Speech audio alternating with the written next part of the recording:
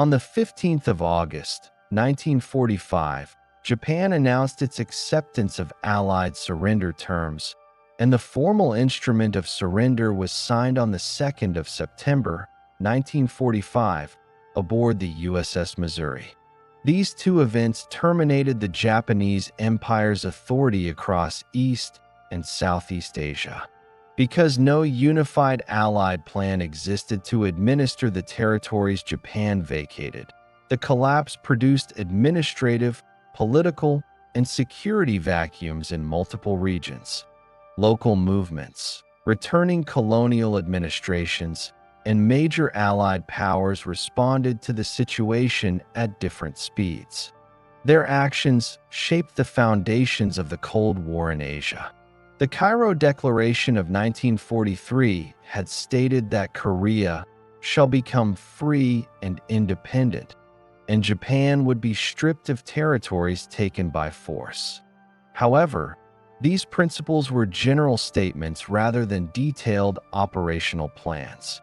Potsdam in July, August 1945 defined which Allied power would accept the Japanese surrender in specific areas, but it did not establish long-term administrative structures or political frameworks. At the time of surrender, Japan maintained one of the largest overseas military presences in world history. Estimates indicate 1.1 to 1.6 million Japanese troops in China, including Manchuria, 500,000 to 700,000 troops in Korea, hundreds of thousands in Southeast Asia, including Indonesia, Malaya, Burma, and the Philippines, and more than 6 million Japanese civilians across the empire required repatriation. Japanese units received Allied instructions to maintain order until Allied forces arrived, but those instructions were broad and inconsistently implemented. Some regions saw immediate transfers of authority to local groups. Others experienced disorder until Allied forces took control. The Soviet Union declared war on Japan on August 8, 1945, and launched the Manchurian Strategic Offensive Operation on August 9. The Red Army deployed an estimated 1.2 to 1.6 million personnel, supported by thousands of tanks, self-propelled guns, and aircraft. Japanese forces, weakened by earlier redeployments and supply problems, could not mount sustained resistance. Major cities, including Mukden, Shenyang, Changchun, Harbin, and Qiqihar, came under Soviet control within weeks. Manchuria held extensive industrial infrastructure developed by Japan and its puppet state, Manchukuo. Soviet authorities removed significant industrial machinery and transported it to the Soviet Far East. At the same time, they allowed Chinese Communist forces to take possession of captured Japanese weapons and ammunition. Estimates indicate that Communist forces acquired hundreds of thousands of rifles, tens of thousands of machine guns, and large amounts of artillery and transport equipment. These transfers provided the Chinese Communists with a military capacity they had not possessed before 1945. In Korea, the division of responsibility at the 38th parallel arose from a United States proposal drafted on August 10, 1945 by American planners Dean Rusk and Charles Bonesteel. They selected the line quickly, using available maps, intending it only for surrender coordination. The Soviet Union accepted the proposal within a day. Soviet troops entered northern Korea, halted at the agreed line, and established the Soviet Civil Administration. They supported local people's committees and elevated Kim Il-sung, who had served with Soviet-linked guerrilla units. Kim returned to Korea in late 1945 and, with Soviet backing, consolidated authority that later formed the basis for the Democratic People's Republic of Korea, established in 1948. The Soviet withdrawal from Manchuria occurred gradually between April and May 1946, leaving the region effectively under communist control. This withdrawal and the weapons transfers proved consequential in the renewed Chinese Civil War. The United States accepted the Japanese surrender in the home islands in southern Korea. General Douglas MacArthur, as Supreme Commander for the Allied Powers, SCAP, directed the occupation of Japan beginning September 2, 1945. The occupation continued until April 1952. SCAP issued directives for demilitarization, dissolved Japan's armed forces, purged wartime leaders, and supervised the drafting of a new constitution that went into effect in 1947. Land reform, labor legislation, and economic restructuring followed. These measures reshaped Japan's political and economic system. Although initially aimed at stabilizing Japan rather than countering the Soviet Union, they placed Japan firmly within the American sphere of influence by the early Cold War. In southern Korea, the United States established the United States Army Military Government in Korea, USAMJIK, in September 1945. USAMJIK faced administrative challenges from the start. Korea lacked a unified political structure, and competing groups, including left-wing organizations, conservative nationalists, and returning elites, claimed authority. United States officials did not recognize any local group as the provisional government, resulting in disputes over legitimacy. Economic problems, shortages, and public unrest further complicated administration. The intended temporary division at the 38th parallel hardened as negotiations with the Soviet Union stalled. China faced the most complex post-war situation. The nationalist government had endured extensive wartime losses. Inflation, declining popular support, and depleted military strength limited its ability to stabilize the country. The Chinese Communist Party, by contrast, expanded its influence in rural northern China during the war and developed administrative structures that functioned independently of the nationalist government. As Japanese troops surrendered, the United States initiated Operation Beleaguer, an airlift and sea lift effort that transported nationalist forces to key northern Chinese cities to accept surrender and re-establish authority. However, nationalists faced logistical constraints and stretched supply lines. Communist forces moved quickly into rural and urban areas left vacant by the Japanese, creating overlapping claims of authority. To prevent renewed large-scale conflict, the United States sent General George Marshall in December 1945 to mediate. Marshall negotiated temporary ceasefires and attempted to facilitate a coalition government, but fundamental disagreements prevented compromise. The ceasefires collapsed by early 1947, and the Civil War expanded into nationwide campaigns. Communist access to Manchurian resources and captured Japanese arms tipped the strategic balance. Southeast Asia entered a period of rapid political change as Japanese authority collapsed. Different regions came under the jurisdiction of the British-led Southeast Asia Command, SEAC, headed by Lord Louis Mountbatten. SEAC was responsible for accepting the Japanese surrender and stabilizing territories, including southern Vietnam, Malaya, Singapore, and Burma. On September 2, 1945, Ho Chi Minh declared the Democratic Republic of Vietnam in Hanoi. Under Allied arrangements, Chinese nationalist troops accepted surrender north of the 16th parallel, while SEAC forces entered the south. SEAC allowed French troops to return to Saigon beginning on September 6, 1945.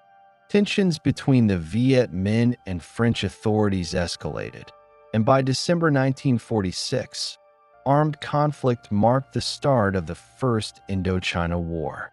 Sukarno and Muhammad Hatta declared Indonesian independence on August 17, 1945. Dutch attempts to reassert control led to armed clashes in 1947 and 1948. Indonesian forces continued resistance, and international pressure, including from the United States, contributed to Dutch recognition of Indonesian sovereignty in 1949. The Communist Party of Malaya began an insurgency in 1948. The conflict, known as the Malayan Emergency, continued until 1960, with a later phase from 1968 to 1989. This insurgency had Cold War implications due to the Communist Party's ideology and regional connections. Burma gained independence in 1948. The Communist Party of Burma launched an armed revolt in March 1948, while ethnic armed groups challenged the central government in multiple regions. The Philippines, independent since 1946, faced the Hikbalahap Rebellion. The main phase of the post-war rebellion lasted from 1946 to 1954, though the movement originated during the Japanese occupation. Across Southeast Asia, Japanese withdrawal and the return of colonial powers created contested environments. Nationalist, communist, and religious groups mobilized rapidly. These developments allowed external powers, including the United States and the Soviet Union, to assess which movements aligned with their emerging strategic priorities. By late 1945, several structural conditions had formed that would shape the Cold War in Asia. Korea was divided into Soviet-administered and United States-administered zones. With no shared political framework, China had re-entered civil war, with communist forces strengthened by access to Manchurian resources. Japan was under United States occupation, beginning a political transformation that tied it to the Western system, and the Southeast Asia was fragmented with independence movements, colonial reoccupation, and insurgencies shaping political trajectories. The Truman administration began viewing Soviet moves in Northeast Asia with increasing concern in late 1945, particularly in Manchuria and Northern Korea. Although a full Cold War strategy had not yet emerged, the divergent United States and Soviet approaches to administration, political organization, and post-war planning created friction that expanded as local conflicts intensified. The vacuum created by Japan's collapse did not itself constitute the Cold War, but it created the conditions into which superpower rivalry entered. Divided territories, competing political movements, and the absence of stable regional frameworks made Asia the earliest arena in which post-war United States Soviet rivalry took on concrete strategic form. When the Second World War ended in 1945, China entered a period of instability that determined the country's political future and reshaped the balance of power across Asia. Although China had been divided between the nationalist government and the Chinese Communist Party, CCP, before the Japanese invasion in 1937, the wartime alliance between these two factions dissolved as soon as Japan surrendered. The 4 years from 1945 to 1949 marked the final phase of the Chinese Civil War, characterized by shifting military control, foreign intervention, economic collapse, and large-scale campaigns that established the People's Republic of China, PRC. These developments influenced Cold War alignments across East and Southeast Asia. Japan's surrender created a contested landscape in northern China. Millions of Japanese troops and civilians had to be disarmed and repatriated, while large quantities of military equipment remained in place. According to Allied arrangements, Soviet forces accepted the surrender of Japanese troops in Manchuria, while American-supported nationalist forces accepted surrender in most other regions. Manchuria became the key battleground. The region contained major industrial assets developed under Japanese rule, including steel mills, chemical plants, aircraft factories, rail networks, and urban infrastructure. These resources were strategically important to both the nationalists and the communists. Soviet forces, which had entered Manchuria in August 1945, allowed CCP units to move into rural areas and parts of some cities after Japanese units were disarmed. The Soviets also transferred significant quantities of captured weapons to the communists, including rifles, machine guns, artillery pieces, ammunition, and vehicles. Estimates vary, but the quantities were substantial enough to strengthen CCP forces far beyond their pre-1945 capacity. At the same time, the Soviets dismantled industrial equipment in several factories and shipped it to the Soviet Far East. This combination of equipment removal and weapons transfer shaped the military and economic conditions of the subsequent conflict. The United States conducted Operation Beleaguer from 1945 to 1948, transporting nationalist troops to key northern Chinese cities such as Tianjin, Beijing, and Shenyang. Nationalist forces aimed to re-establish authority in areas formerly controlled by Japan. However, they faced logistical challenges, shortages of trained personnel, and strained supply lines. As nationalist troops advanced into Manchuria in late 1945 and early 1946, they encountered CCP units that had consolidated rural positions. The United States sought to prevent renewed large-scale conflict. President Truman sent General George Marshall to China in December 1945 to negotiate a political settlement. Marshall facilitated temporary ceasefires in early 1946 and encouraged the formation of a coalition government. Despite these efforts, mistrust between the nationalists and communists prevented meaningful compromise. Skirmishes increased throughout mid-1946, and full-scale hostilities resumed later that year. By 1946, the nationalists controlled most major cities and transportation routes, while the communists held extensive rural bases in northern and northeastern China. The Soviet withdrawal from Manchuria, completed between April and May 1946, left the area contested. Nationalist troops attempted to secure key rail junctions and urban centers, but their hold proved unstable. Communist forces used mobile warfare and local support networks to weaken nationalist positions. Economically, the nationalist government faced severe instability. Wartime inflation accelerated into hyperinflation in 1946 and 1947. The government introduced new currency units, but rapid depreciation eroded public confidence. Nationalist tax revenues collapsed, and supply shortages undermined military logistics. Desertions increased, and the morale of nationalist soldiers declined.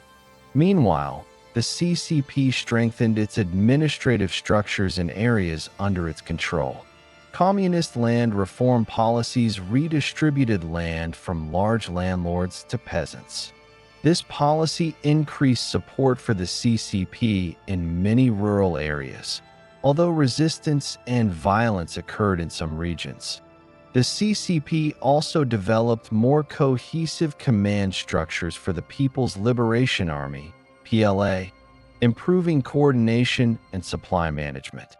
Foreign involvement influenced the strategic environment.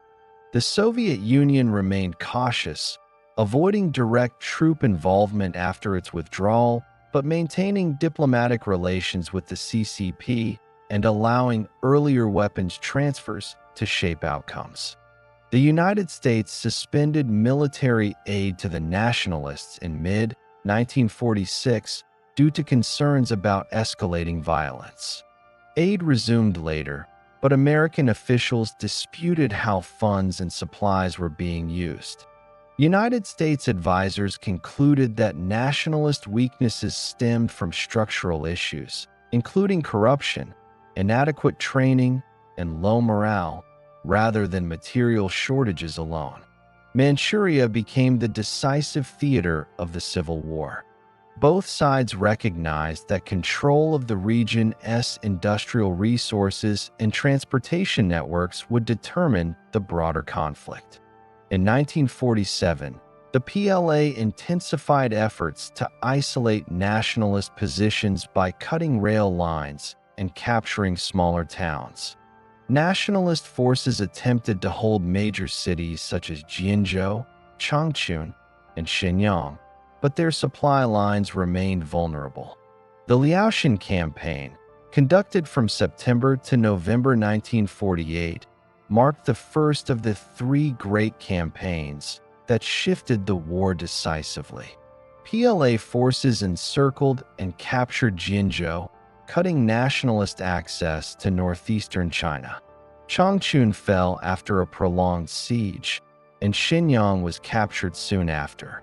Nationalist defeats in Manchuria resulted in the loss of hundreds of thousands of troops, either killed, captured, or compelled to surrender.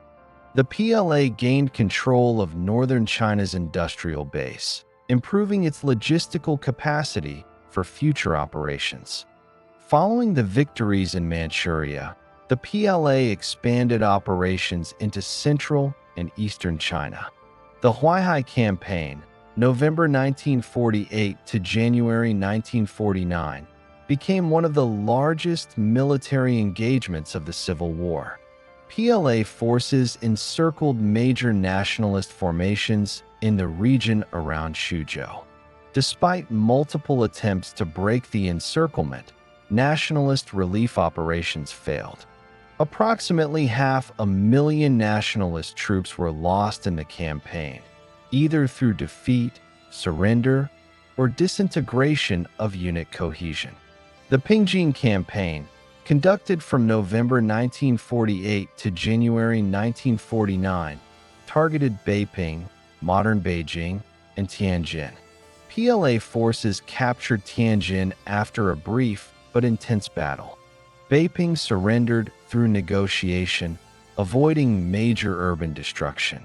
These victories eliminated nationalist control of key northern cities and opened routes for PLA advances into the Yangtze Delta and central China. By early 1949, nationalist authority was collapsing across the country. Political infighting within the nationalist government further weakened decision-making. Some nationalist military commanders operated with limited coordination, while others defected or entered negotiations with the CCP. Hyperinflation reached severe levels, with the nationalist currency losing most of its value. Urban unrest increased, and government institutions struggled to function. PLA forces crossed the Yangtze River in April 1949, capturing Nanjing, the nationalist capital. Shanghai fell soon after, despite attempts by nationalist defenders to hold the city. PLA operations extended toward the southwest, and nationalist resistance fragmented into uncoordinated retreats. By mid-1949, it was clear that the nationalists could not regain strategic initiative. On October 1, 1949, Mao Zedong proclaimed the establishment of the People's Republic of China, PRC, in Beijing. The nationalist government relocated to Taiwan, where it maintained control with United States support. Several nationalist units and civilian leaders evacuated to Taiwan and other locations. but most mainland territory came under PRC jurisdiction by the end of 1949. The Chinese Civil War did not end all at once. Fighting continued in some regions into 1950. However, the political outcome was firmly established by the end of 1949. The conclusion of the Chinese Civil War had significant consequences for Asia and the emerging Cold War. The establishment of the PRC created a major communist state with a large population, extensive territory, and substantial industrial potential. The CCP's victory shifted the strategic balance in East Asia and influenced conflicts in Korea, Vietnam, and other regions. The Soviet Union recognized the PRC immediately, strengthening ties between the two governments. Although the Soviet contribution to communist victory was limited to earlier weapons transfers and political support, the alignment of two large communist states reshaped global power structures. The United States reassessed its strategy in Asia following the nationalist defeat. American policymakers viewed the outcome as evidence of growing communist influence and began strengthening alliances in the region. This reassessment contributed to the United States' decisions regarding Japan's reconstruction, Korea's security, and Southeast Asian policy. The Civil War also influenced decolonization and internal conflicts in Southeast Asia. The success of a major Asian communist movement encouraged revolutionary groups elsewhere, while anti-communist governments and colonial authorities considered the implications of the PRC's establishment. Between 1945 and 1949, the Chinese Civil War transformed from a domestic conflict into a defining event of early Cold War history. It reshaped the political landscape of East Asia, altered the strategic calculations of major powers, and set the stage for conflicts and alliances that dominated the region for decades. The year 1949 concluded the final phase of the Chinese Civil War and marked the establishment of a new political order across mainland China. The Chinese Communist Party, CCP, secured decisive military victories, consolidated administrative control, and created the People's Republic of China, PRC, on October 1, 1949. This transformation reshaped the political landscape of East Asia and redefined the strategic framework of the emerging Cold War. The reorganization of China's political institutions, the nationalist retreat to Taiwan, and the regional consequences of communist victory produced long-term effects on alliances, conflicts, and geopolitical orientation across Asia. By early 1949, the nationalist government faced severe structural weaknesses. The People's Liberation Army, PLA, controlled most of northern China following the Laotian Huaihai. Political cohesion within the nationalist government deteriorated. Senior military commanders disputed strategy, with some units operating semi-independently. The economic situation had become untenable. Hyperinflation had accelerated throughout 1948, rendering the nationalist currency nearly worthless. Attempts to stabilize the currency through the introduction of the gold yuan in August 1948 failed within months. Government salaries, military supply procurement, and administrative functions suffered from shortages and declining public confidence. The CCP capitalized on these conditions. In territories captured in late 1948, CCP officials rapidly established provisional local governments, restored public order, and secured food supplies.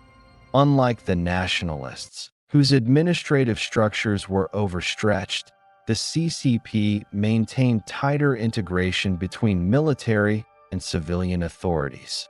This facilitated smoother transitions as PLA units captured urban centers. The PLA initiated its major Central China offensive in April 1949. Approximately 900,000 PLA troops were deployed across multiple sectors along the Yangtze River. Nationalist forces attempted to establish defensive positions in Nanjing and surrounding areas, but low morale, supply shortages, and disorganization undermined their efforts. On April 21st, PLA units launched coordinated crossings along a broad front. Nationalist defenses collapsed rapidly. Nanjing, the nationalist capital, fell on April 23, 1949. The city's fall symbolized the loss of nationalist political authority on the mainland. Government ministries evacuated in stages, relocating first to Shanghai and later to Guangzhou. With central China open to PLA operations, the nationalist military retreated eastward and southward. Many units lacked transport, ammunition, and logistical support. Desertions increased, and some commanders negotiated local surrenders. The collapse was accelerated by urban populations, who viewed the PLA as capable of restoring stability compared to the increasingly ineffective nationalist administration. Shanghai, China's largest economic hub and a critical industrial center, became the next major target. Nationalist forces estimated at more than 200,000 attempted to defend the city, but their supply lines were disrupted and the command structure weakened. PLA units advanced steadily, securing surrounding towns and rail networks. The final assault took place in late May, and Shanghai fell on May 27, 1949. The capture of Shanghai provided the CCP with a substantial economic base. Japanese-built industrial complexes in Manchuria and the commercial industrial infrastructure of Shanghai together formed the foundation for early PRC economic planning. Additionally, control of Shanghai improved the CCP's access to skilled technical personnel and administrative staff.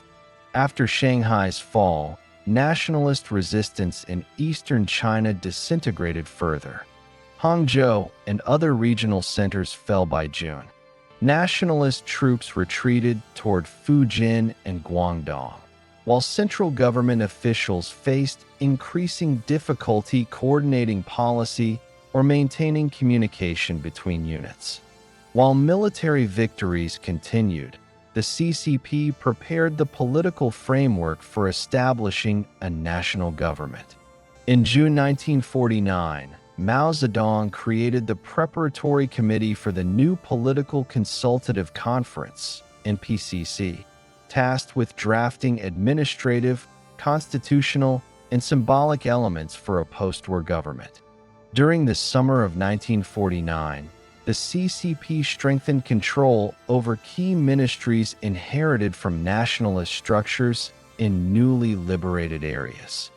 Finance, transportation, police, and agricultural departments in urban centers were reorganized to function under CCP leadership.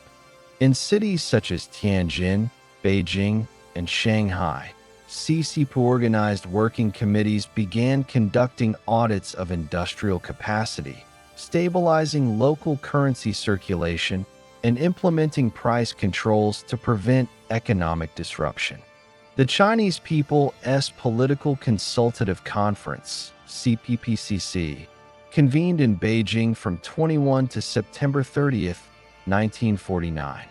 Although dominated by the CCP, the conference included representatives from aligned parties and social groups, such as the China Democratic League and the Revolutionary Committee of the Kuomintang. Their participation offered a structured, though limited, political pluralism during the government's transition phase. The CPPCC approved the Common Program, which served as the provisional constitution of the new state. It defined the structure of the Central People's Government, the roles of the chairman, executive head of state, the Government Administration Council, executive body, the People's Revolutionary Military Council, military leadership, and the organization law for local people's governments. The Common Program outlined economic priorities, including land reform, state control of major industries, and reconstruction of war-damaged infrastructure. These frameworks set the direction of early PRC governance. On October 1, 1949, Mao Zedong formally proclaimed the founding of the People's Republic of China in Beijing. Mao became chairman of the Central People's Government, and Zhou Enlai was appointed premier and foreign minister. Other senior CCP figures assumed roles in key ministries responsible for finance, public security, and industrial management. The proclamation marked the first time since the early 20th century that mainland China came under a unified central authority. Unlike earlier governments, the PRC blended military, political, and ideological structures within a single organization. As the CCP consolidated control on the mainland, the nationalist government relocated to Taiwan. The process occurred over several months. In early 1949, selected ministries began moving records, gold reserves, and personnel. By mid-1949, significant portions of the nationalist military, including Air Force units, had been transferred. Between August and December 1949, an estimated 600,000 to 800,000 nationalist military personnel and civilians relocated to Taiwan, and important cultural assets, archival records, and the remaining gold reserves of the central bank were also transported. Taiwan's geography, mountainous interior, defensible coastline, and strategic location allowed the nationalists to maintain control. They declared martial law, reorganized military forces, and continued to assert themselves as the legitimate government of China, a position recognized by the United States and many Western-aligned states through the early Cold War. The Soviet Union recognized the PRC shortly after its establishment. Diplomatic missions were exchanged rapidly, and discussions began on treaties governing trade, defense, and border issues. Although Mao maintained autonomy in policymaking, the early PRC-Soviet relationship aligned closely with broader Soviet strategic interests. The United States refused to recognize the PRC, maintaining relations instead with the nationalist government in Taiwan. American policymakers viewed the communist victory as a major strategic shift. Debates emerged within the Truman administration regarding whether United States policy failures contributed to the nationalist collapse. However, internal United States assessments generally concluded that nationalist weaknesses were primarily structural rather than the result of insufficient American support. Other states responded gradually. Eastern European countries recognized the PRC quickly, while many Southeast Asian governments delayed recognition due to domestic security concerns and Cold War alignments. In South Asia, India recognized the PRC in 1950, while Pakistan delayed recognition until the mid-1950s. Following the establishment of the PRC, the PLA continued military operations to secure the remaining regions. The Southwest Campaign in late 1949 captured Chengdu, Kunming, and Chongqing.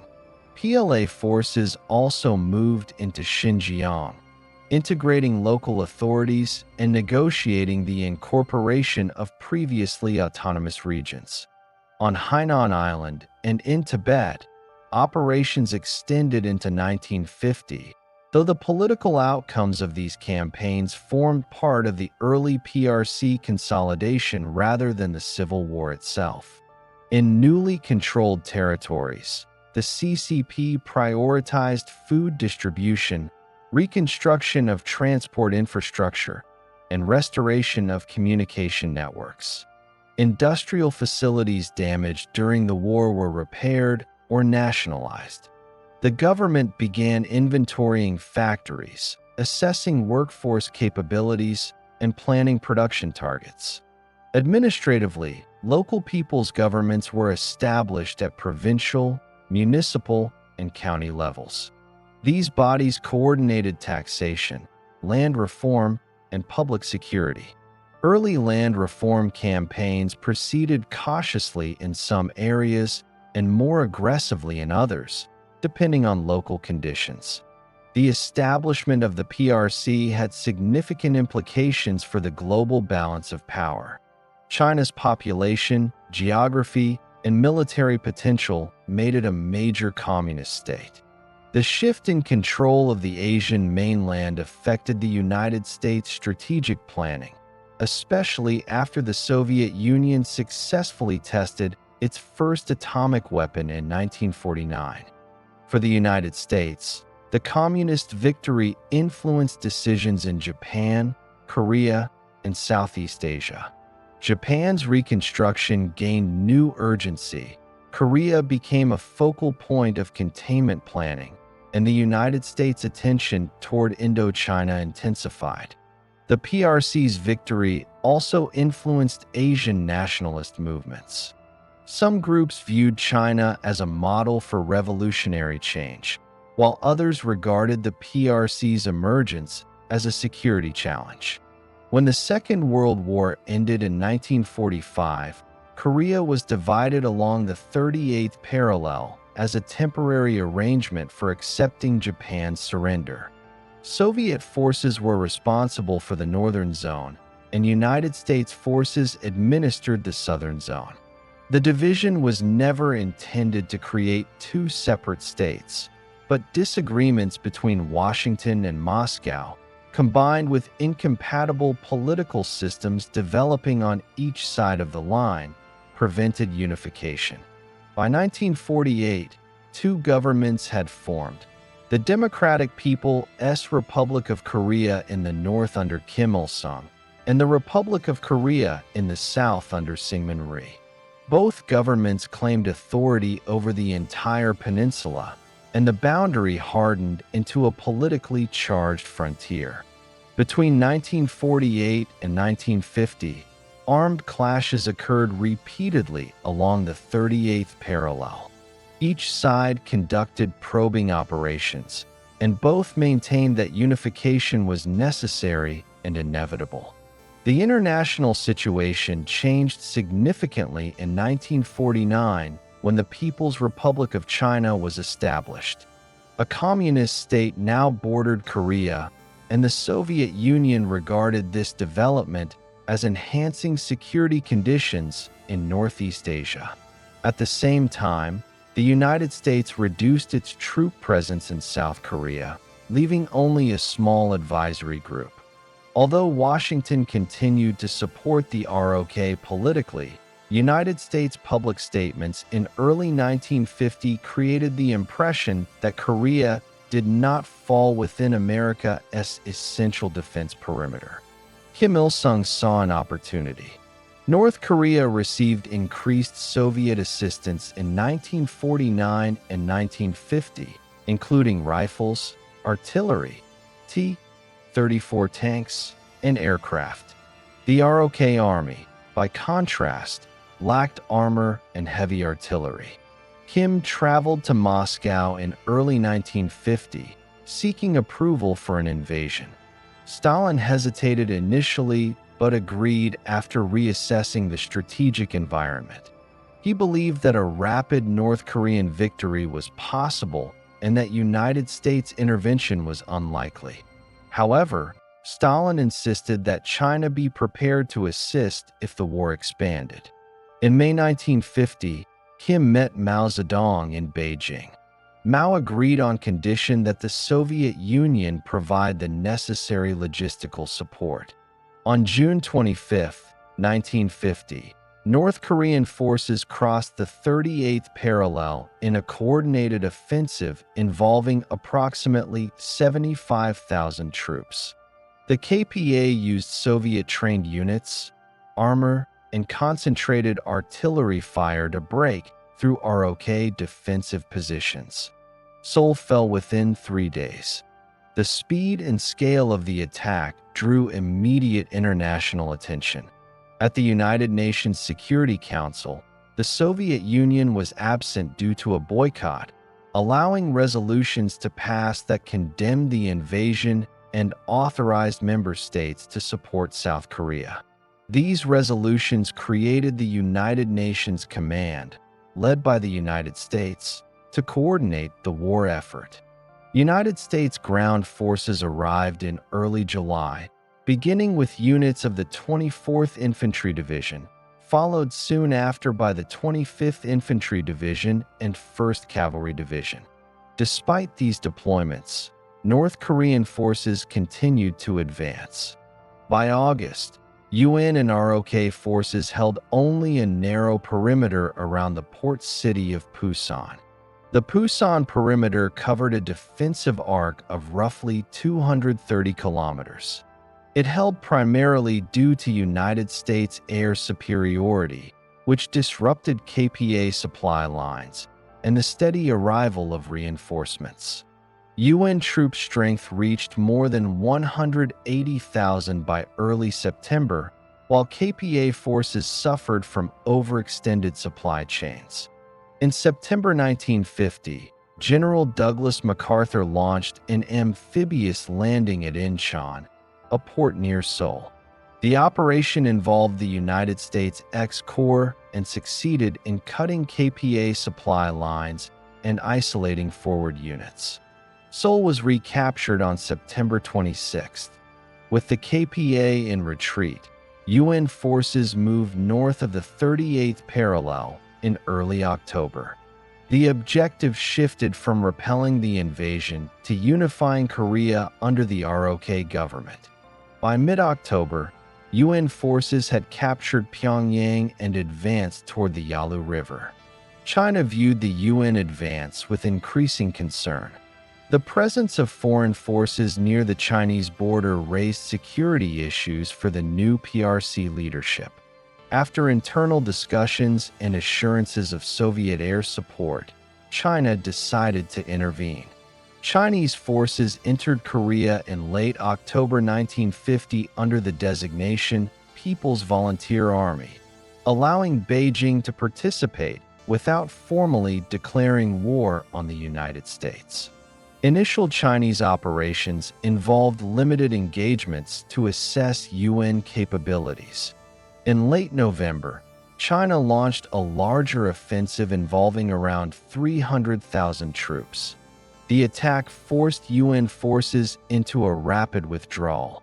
Units positioned in northeastern Korea, including United States Marines at the Chosin Reservoir, conducted difficult fighting withdrawals in freezing conditions. By December, UN forces evacuated the port of Hungnam. The combined Chinese and North Korean advance continued into January 1951, and Seoul was captured again. Although the Chinese offensive succeeded initially, it produced logistical challenges. Chinese supply lines extended through mountainous terrain, and limited mechanization made resupply difficult. Casualties increased during winter operations. By February and March 1951, UN forces had reorganized, and new units had arrived. UN counteroffensives recaptured Seoul in March. The front stabilized along a line close to the 38th parallel. By mid-1951, the war entered a phase of positional fighting. Both sides fortified defensive positions and conducted limited operations aimed at tactical advantages rather than territorial breakthroughs. Casualties remained high, especially in sectors such as the Iron Triangle and Heartbreak Ridge. but the overall front line changed little. With neither side able to achieve a decisive advantage, both agreed to begin armistice negotiations in July 1951. Armistice talks revealed major disagreements. The most difficult issue was prisoner repatriation. The UN favored voluntary repatriation, allowing individuals to choose whether to return to their home country. China and North Korea demanded compulsory repatriation of all prisoners. This dispute prolonged negotiations for nearly 2 years. Another challenge was determining the exact position of the military demarcation line. Both sides eventually agreed to use the existing front line, with adjustments where necessary. During the negotiations, fighting continued. The Chinese and North Korean forces numbered around 1 million by mid-1951, though with limited heavy equipment compared to UN forces. UN troop strength exceeded 700,000, including the United States, ROK, British, Turkish, Canadian, Australian, and other allied contingents. Artillery exchanges were frequent, and localized battles produced high casualties without significant changes in territorial control. The death of Joseph Stalin in March 1953 changed the diplomatic environment. The Soviet Union indicated a greater willingness to support a ceasefire. China, facing heavy casualties and economic strain, also sought an end to the conflict. Negotiations accelerated. On July 27, 1953, the armistice was signed. The agreement created a 4-kilometer-wide demilitarized zone separating the two Koreas. It established the Military Armistice Commission, composed of representatives from the United Nations Command, the Korean People's Army, and the Chinese People's Volunteer Army, to supervise the terms of the ceasefire. It also created the Neutral Nations Supervisory Commission, composed of representatives from Sweden, Switzerland, Poland, and Czechoslovakia, to monitor compliance with troop and equipment restrictions.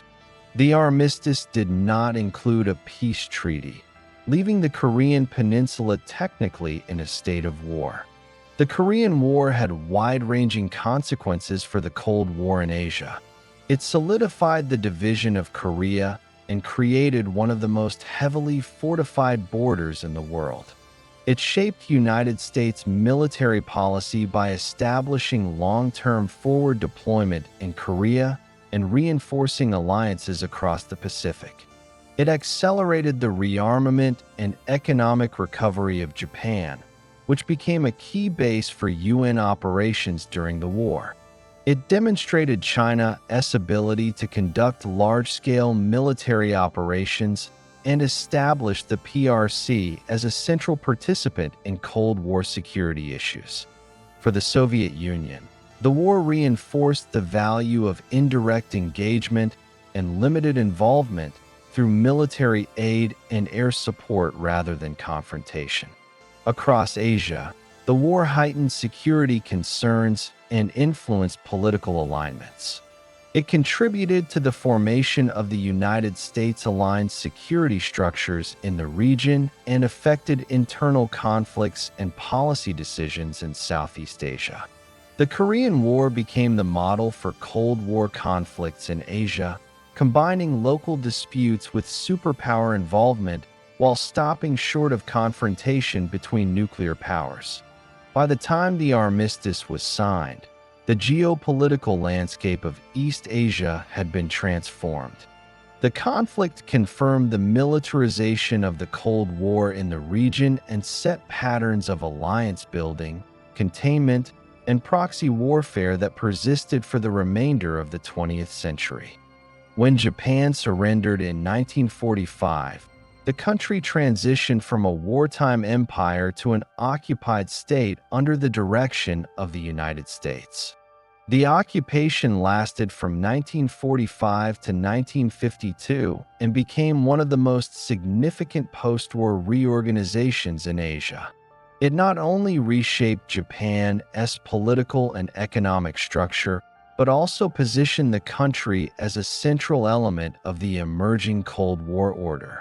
Between 1945 and 1955, Japan moved from defeat and demilitarization to becoming a key strategic partner of the United States in Asia, forming the backbone of the regional security architecture that would dominate the next 4 decades. At the end of the war, United States forces assumed responsibility for the occupation policy through the Supreme Commander for the Allied Powers, led by General Douglas MacArthur. Although the occupation was nominally multinational, the United States directed nearly all administrative decisions. The primary objectives in 1945 were disarmament, demobilization, political restructuring, and economic stabilization. Japanese armed forces were dissolved, wartime governmental structures were dismantled, and officials associated with militarist policies were removed from key positions. Millions of soldiers were demobilized and repatriated, and Japanese civilians returned from former imperial territories across Asia. These measures formed the initial phase of Japan's transformation from imperial power to post-war state. Political reform became the next major task. In 1946, Japan adopted a new constitution, drafted largely under United States supervision. It redefined the emperor's role as symbolic rather than sovereign, transferred political power to elected institutions, and introduced universal suffrage. The Constitution's Article 9, which renounced war and prohibited Japan from maintaining armed forces, became one of the most distinctive features of Japan's post-war identity. At the same time, political parties re-emerged, elections resumed, and administrative ministries were restructured to function within a parliamentary framework. Economic reconstruction accompanied political reform. Japan's wartime economy had been severely damaged, with urban destruction, transportation disruption, and industrial shortages affecting recovery. Early occupation policy focused on decentralization, land reform, and the dissolution of major industrial conglomerates known as zaibatsu. Land reform redistributed large holdings to tenant farmers, reducing rural inequality and expanding agricultural productivity. While some industrial dissolution occurred, the onset of Cold War tensions altered the pace and direction of economic restructuring. By 1947 and 1948, the rise of Cold War competition influenced the United States' policy toward Japan. American officials concluded that Japan's economic recovery was essential not only for domestic stability, but also for regional strategic balance. As a result, the occupation shifted from punitive measures to policies encouraging industrial revitalization, technological development, and integration into global markets. Industrial controls were relaxed, and emphasis was placed on rebuilding sectors critical to economic growth, including steel, shipbuilding, chemicals, and manufacturing. The Korean War, which began in 1950, accelerated this transformation. Japan served as the primary logistical base for the United States and UN forces, supplying repair facilities, transport hubs, and industrial support. The war stimulated Japan's economy through increased demand for equipment, supplies, and manufacturing output. Japanese factories expanded production capacity, and economic indicators improved rapidly. The conflict underscored Japan's strategic value to the United States and reinforced the perception that Japan should become a stable, industrial partner in the region. As Japan's economic position improved, diplomatic discussions regarding the end of the occupation gained momentum. Negotiations led to the San Francisco Peace Treaty of 1951. Signed by Japan and 48 allied nations, the treaty formally ended the state of war and restored Japan's sovereignty. However, the settlement excluded the Soviet Union and the People's Republic of China, reflecting growing Cold War divisions. The treaty required Japan to recognize the independence of territories it had formerly controlled and renounce claims to Korea, Taiwan, parts of Sakhalin, and various Pacific islands. Alongside the peace treaty, Japan signed the United States Japan Security Treaty in 1951. This agreement permitted the continued stationing of United States forces in Japan after the occupation ended. While Japan regained sovereignty, the United States retained access to military bases, airfields, and naval facilities. These arrangements not only ensured regional stability from the United States perspective, but also provided security guarantees for Japan at a time when the country had renounced the right to maintain traditional armed forces. The occupation formally ended in April 1952. Japanese administrative control returned to national institutions. Foreign policy authority shifted back to Tokyo, and Japan re-entered the international community as a sovereign state. However, the Cold War context shaped Japan's next steps. The security treaty with the United States remained the basis for Japan's defense policy, and Japan continued relying on United States forces for its external security. Despite Article 9's restrictions, Japan established the National Police Reserve in 1950, initially to provide internal security during the Korean War. By 1952, it expanded into the National Safety Forces, and in 1954, these became the Japan Self-Defense Forces, JSDF. Although officially non-military in nature, with roles defined as defensive, the JSDF represented Japan's gradual re-entry into security responsibilities as regional tensions increased. The creation of these forces reflected a pragmatic adjustment to Cold War realities while maintaining constitutional limits.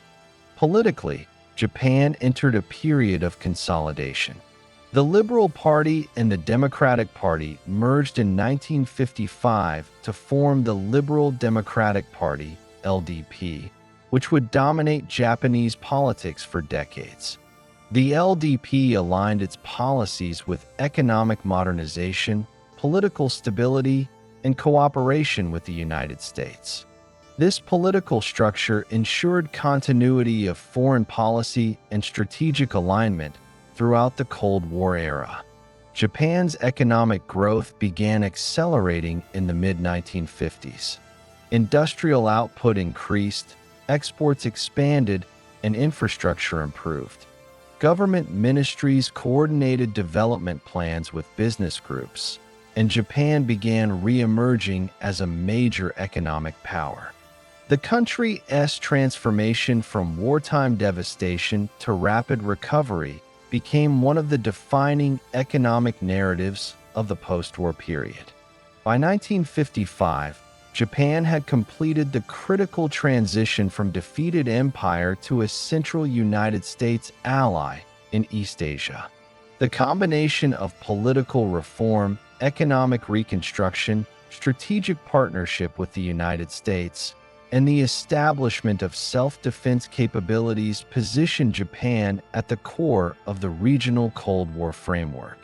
The country became the primary base for United States operations in the Western Pacific, served as a stabilizing influence during conflicts in Korea and later in Vietnam, and provided economic and logistical support that shaped the balance of power in Asia.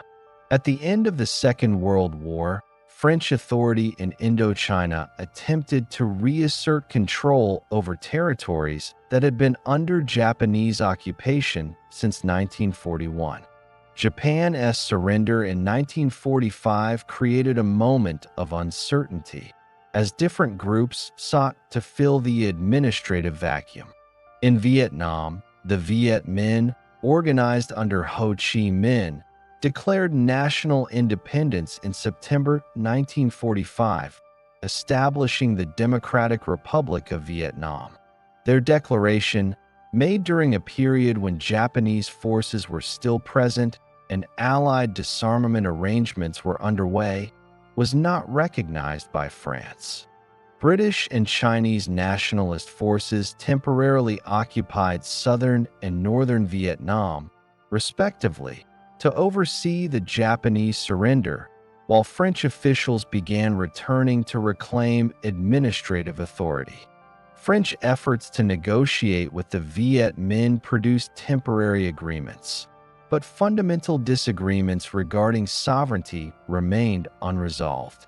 Tensions escalated as French forces reoccupied key southern cities, including Saigon, while the Viet Minh consolidated control across much of northern and central Vietnam.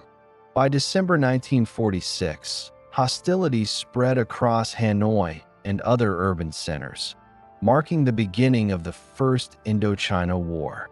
The French deployed the French Far East Expeditionary Corps, responsible for military operations across Indochina, while the Viet Minh reorganized their guerrilla units into regional commands and interzone administrations to coordinate both military and civil structures. In the early phase of the war, the Viet Minh lacked external support and relied on lightly armed guerrilla units dispersed across rural areas. Their forces conducted ambushes, sabotage, and localized attacks, avoiding large-scale confrontations. The French controlled the main cities, transport corridors, and strategic posts. French forces included colonial infantry, Foreign Legion units, North African regiments, and locally recruited troops. Their strategy relied on mobile groups, fortified bases, and mechanized columns capable of rapid deployment. Despite these advantages, the French struggled to suppress Viet Minh influence in rural regions. The Viet Minh expanded their network through taxation, local governance, supply routes, and political mobilization, establishing interzone administrations that allowed them to direct both military and logistical operations. A major shift occurred in 1949. The establishment of the People's Republic of China created a communist state bordering northern Vietnam, altering the regional balance. The PRC recognized the Democratic Republic of Vietnam and opened supply corridors along the Sino-Vietnamese frontier. Beginning in 1950, Chinese units provided training to Viet Minh soldiers, while trucks, artillery, small arms, communications equipment, and medical supplies moved across the border. The Soviet Union followed with diplomatic recognition and later contributed technical advisors and material. This external support enabled the Viet Minh to transform from a largely guerrilla movement into a more structured military organization. By 1951, the Viet Minh fielded multiple divisions, each numbering roughly 10,000 to 12,000 troops, supported by specialized artillery and engineer units. As communist support increased, the United States reassessed its position. Previously viewing the conflict as a colonial matter, United States policymakers shifted their perspective after the communist victory in China and the outbreak of the Korean War. Containment now dominated the United States strategy in Asia. Beginning in 1950, the United States provided substantial financial and military aid to France. By 1953, United States contributions accounted for approximately 70 to 80% of French war expenditures in Indochina. American assistance included transport aircraft, naval support, armored vehicles, and communications equipment, channeled through French logistical systems. The United States also recognized the state of Vietnam under Bao Dai in 1950, strengthening the non-communist government that France sought to build in southern Vietnam. The French attempted political reorganization by establishing the State of Vietnam in 1949 with Bao Dai as chief of state. This government was intended to serve as a non-communist alternative to the Viet Minh. However, the new administration lacked broad popular legitimacy and struggled to exert meaningful authority beyond urban centers. Its military forces, although expanding, depended heavily on French officers, training, and equipment. French military strategy faced structural challenges. Indochina's geography, with dense jungles, mountains, and limited infrastructure, forced the French to rely on dispersed garrisons and long supply lines. Maintaining these positions required substantial manpower. French mobile units could win engagements, but had difficulty converting tactical success into lasting control. Meanwhile, the Viet Minh increasingly used coordinated, large-scale operations supported by growing logistical capacity. Their supply systems, often involving tens of thousands of porters and organized transport teams, enabled them to sustain extended campaigns. By 1953, the war reached a decisive stage. France appointed General Henri Navarre to command forces in Indochina. Navarre proposed a new strategy aimed at stabilizing the conflict, consolidating French positions, and forcing the Viet Minh into a conventional battle under conditions favorable to French firepower. One element of this plan led to the establishment of a major French base at Dien Bien Phu, located in a valley near the Laotian border. The French intended to use the base to block Viet Minh routes into Laos and to compel the Viet Minh to attack fortified positions supported by French artillery and air supply. The Viet Minh leadership, under General von Nguyen Giap, sought to neutralize the French position. They mobilized an estimated 50,000 combat troops and more than 200,000 support personnel to encircle the valley. Artillery units transported heavy guns through mountainous terrain, positioning them in concealed emplacements overlooking French positions. Beginning in March 1954, the Viet Minh launched a series of coordinated assaults against French defensive sectors. Despite air resupply efforts using hundreds of sorties, the French garrison, numbering about 13,000 to 15,000 personnel, depending on the period of counting, faced severe shortages of ammunition, medical supplies, and reinforcements. After nearly 2 months of sustained bombardment and attrition, the French forces at Dien Bien Phu were overrun on May 7, 1954. The fall of Dien Bien Phu had immediate diplomatic consequences. France no longer possessed the capacity or political will to continue the war.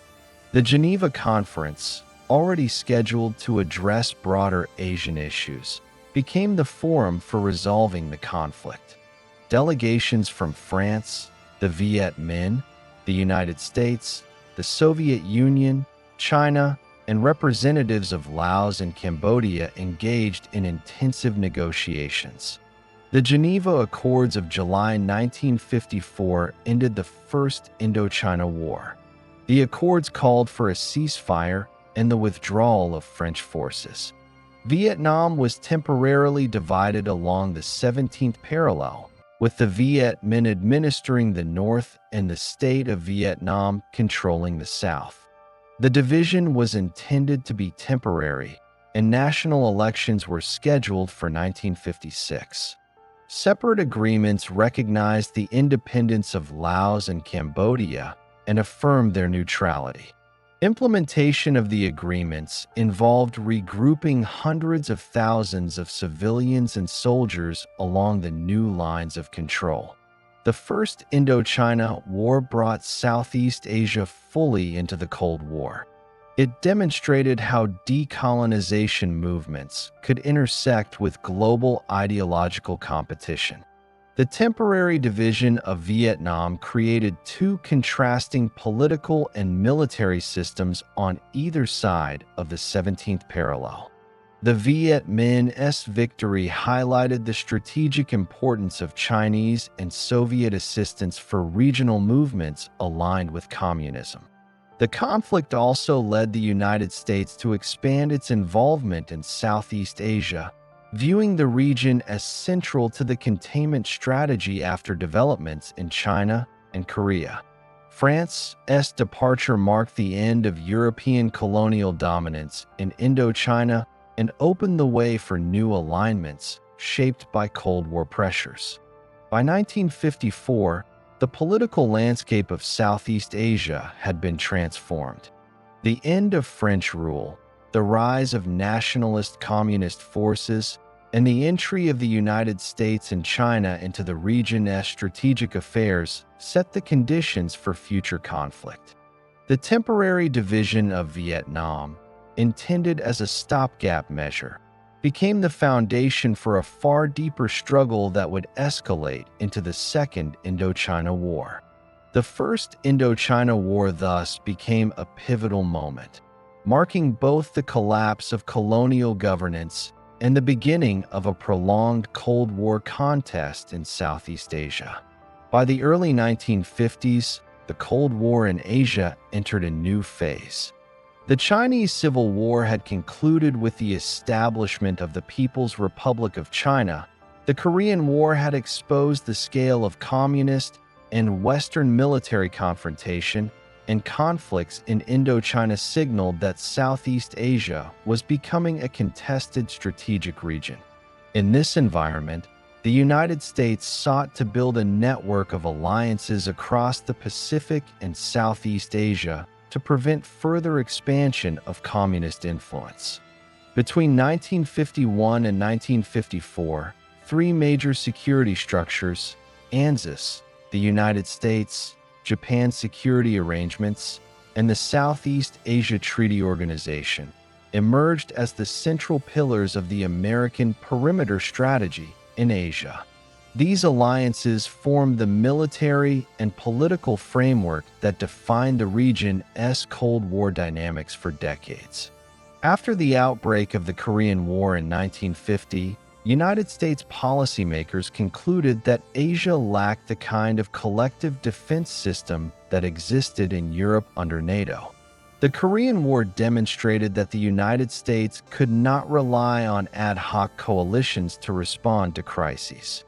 American officials believed formal alliances were necessary to share responsibilities, coordinate military planning, and deter future conflicts. The conflict also revealed the importance of secure bases in the Pacific, making the alignment of regional partners a priority. The first major alliance to take shape was the ANZUS Pact, signed in 1951 by the United States, Australia, and New Zealand. Australia and New Zealand had participated in the Korean War and sought binding security guarantees from the United States. Washington agreed, recognizing that both countries occupied key maritime positions in the Pacific and could contribute to regional stability. The ANZUS Treaty committed each member to consult in the event of an armed attack in the Pacific and provided the basis for coordinated military planning. Although it did not mandate automatic military intervention, it established a durable security partnership.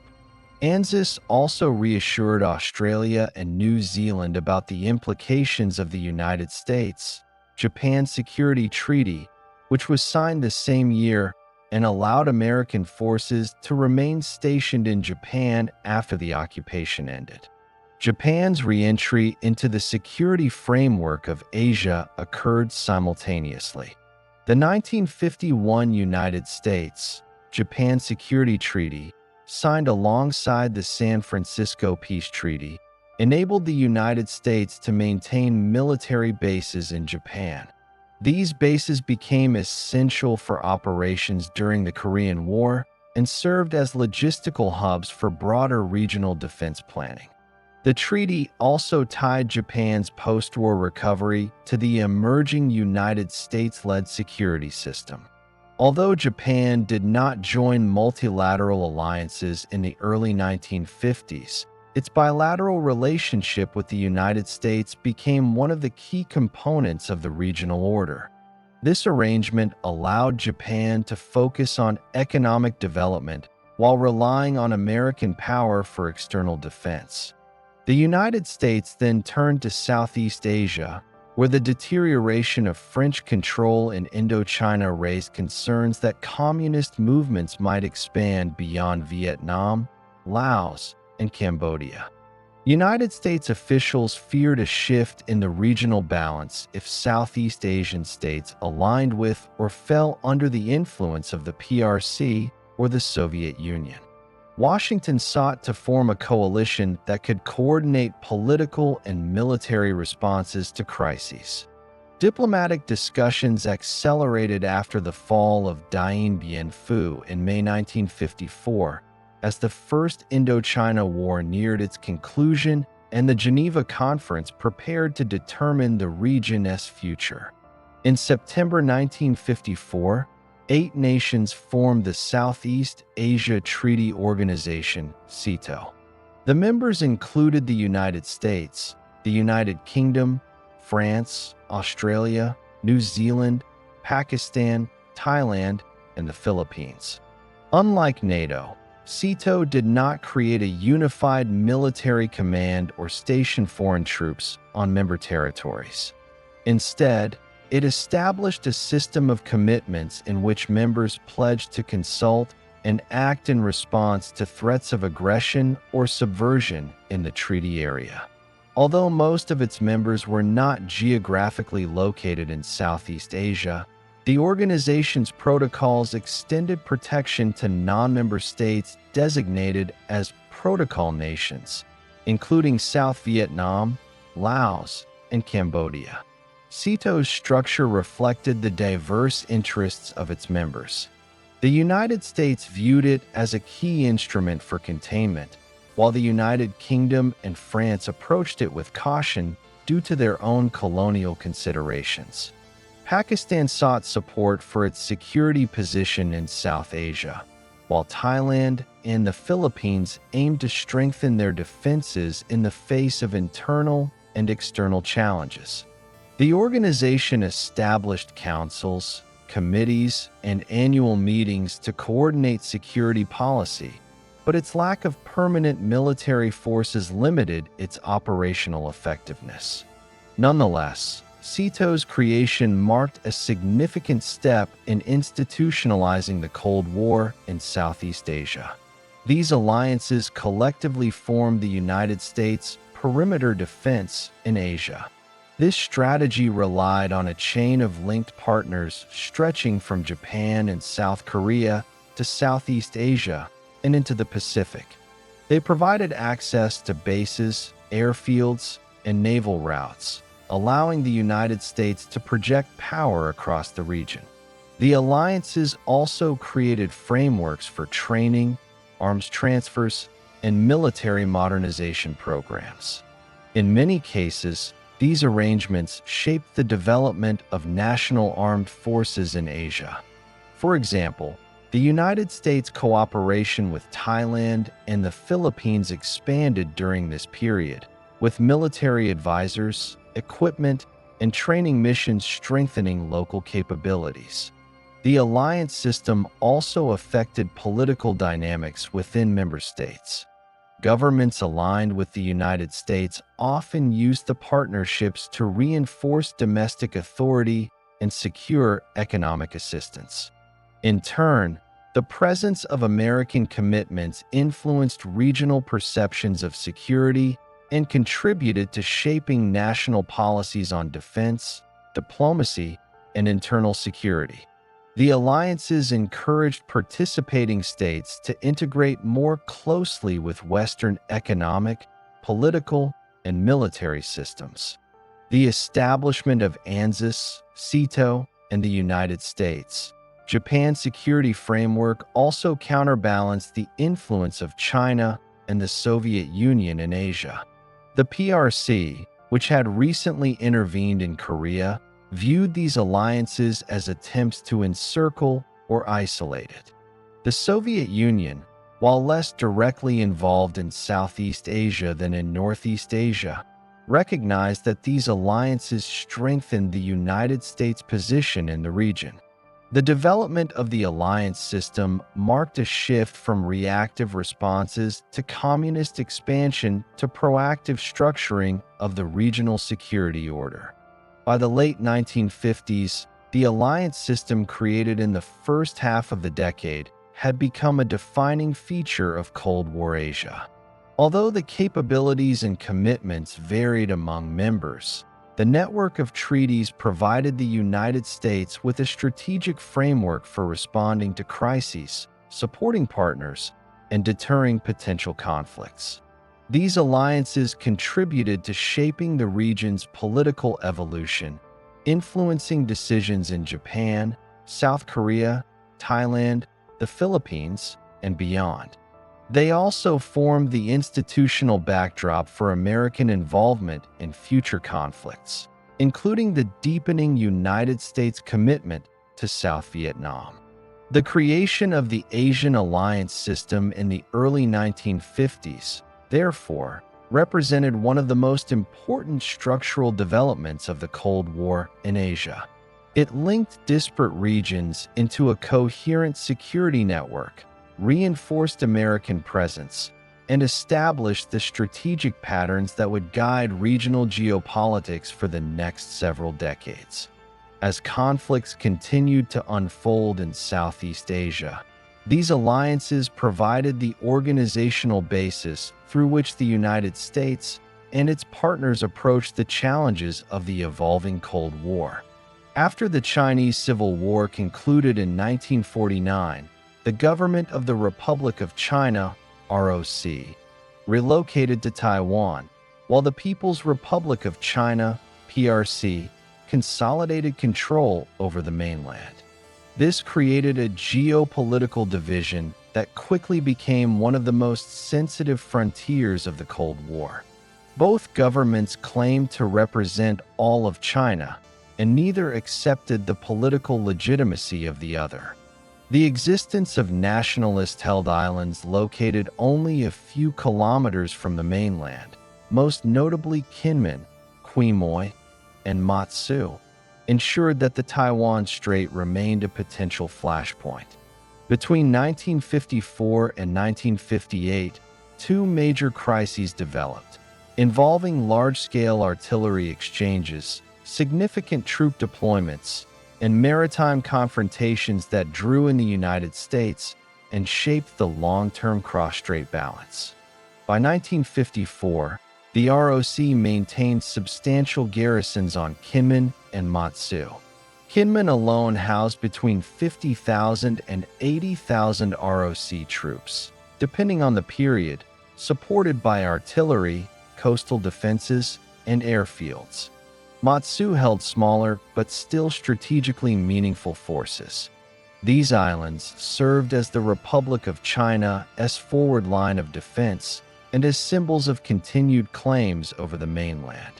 The PRC, having consolidated coastal command zones, monitored the islands closely and viewed the nationalist presence as incompatible with the goal of national unification. Tensions rose sharply in mid-1954 when the PRC began increasing artillery bombardments and troop deployments opposite Kinmen. The PLA's coastal formations in Fujian included tens of thousands of soldiers and several hundred artillery pieces.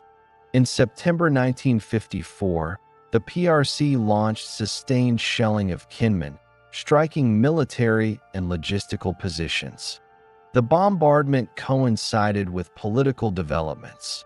The United States and the ROC signed the Mutual Defense Treaty in December 1954.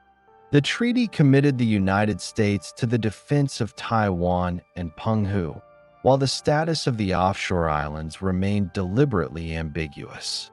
Nonetheless, United States officials recognized that losing the islands might weaken Taiwan's defensive posture. The United States responded by increasing its naval presence. The United States 7th Fleet deployed carrier task groups, cruisers, destroyers, and support vessels to the region. By late 1954 and early 1955, American forces conducted patrols to deter further escalation. Washington also assisted in the evacuation of the Takan Islands, another nationalist-held group located north of Taiwan. The operation, conducted in early 1955, involved United States naval units transporting roughly 18,000 civilians and soldiers, as well as equipment, to Taiwan. This withdrawal allowed the ROC to consolidate resources on Kinmen and Matsu, which were considered more strategically relevant. During the first Taiwan Strait crisis, the United States' decision-making involved intense deliberation over the potential use of nuclear weapons. Although this option was never executed, its consideration revealed the extent to which the United States viewed Taiwan as a central element of Cold War strategy. Diplomatic channels operated through neutral intermediaries, but the PRC continued to assert that Taiwan and the offshore islands were internal matters not subject to foreign intervention. The crisis eventually de-escalated by mid-1955, although no agreement on status or sovereignty was reached. The underlying tensions remained unresolved, and both sides continued fortifying their positions. The ROC expanded bunkers, supply depots, and coastal artillery emplacements on Kinmen and Matsu. The PRC increased coastal gun batteries, improved radar systems, and expanded nearby air bases. PLA troop concentrations opposite the strait grew, as did ROC garrisons on the islands. The political and military balance remained fragile. A second major confrontation emerged in August 1958. The PLA initiated one of the most intense bombardments in the history of the Taiwan Strait, firing tens of thousands of artillery shells at Kinmen in the opening days alone. At the beginning of the crisis, Kinmen housed approximately 100,000 ROC troops, supported by extensive fortifications, underground tunnels, coastal guns, and supply stockpiles. The PLA sought to isolate the island by interdicting supply lines across the strait. Coastal artillery targeted ROC vessels transporting ammunition, food, and reinforcements. The ROC, supported by the United States, organized maritime convoys to sustain the garrison. United States destroyers and escort ships accompanied ROC supply vessels, ensuring they could reach Kinmen despite PLA attempts to disrupt the routes. The United States supplied advanced equipment during the crisis, including AM-9 Sidewinder missiles, which significantly enhanced ROC air defense capabilities. ROC pilots used the missiles in engagements with PLA aircraft, marking an early instance of guided missile combat and shifting the air balance in favor of Taiwan. United States involvement also included airlift operations, logistical support, and intelligence coordination. The 7th Fleet increased its patrol patterns, and American officials made clear that any attack on Taiwan itself would trigger United States defense commitments under the 1954 treaty. At the same time, Washington maintained the distinction between Taiwan, which was explicitly covered by the treaty, and the offshore islands, which were not.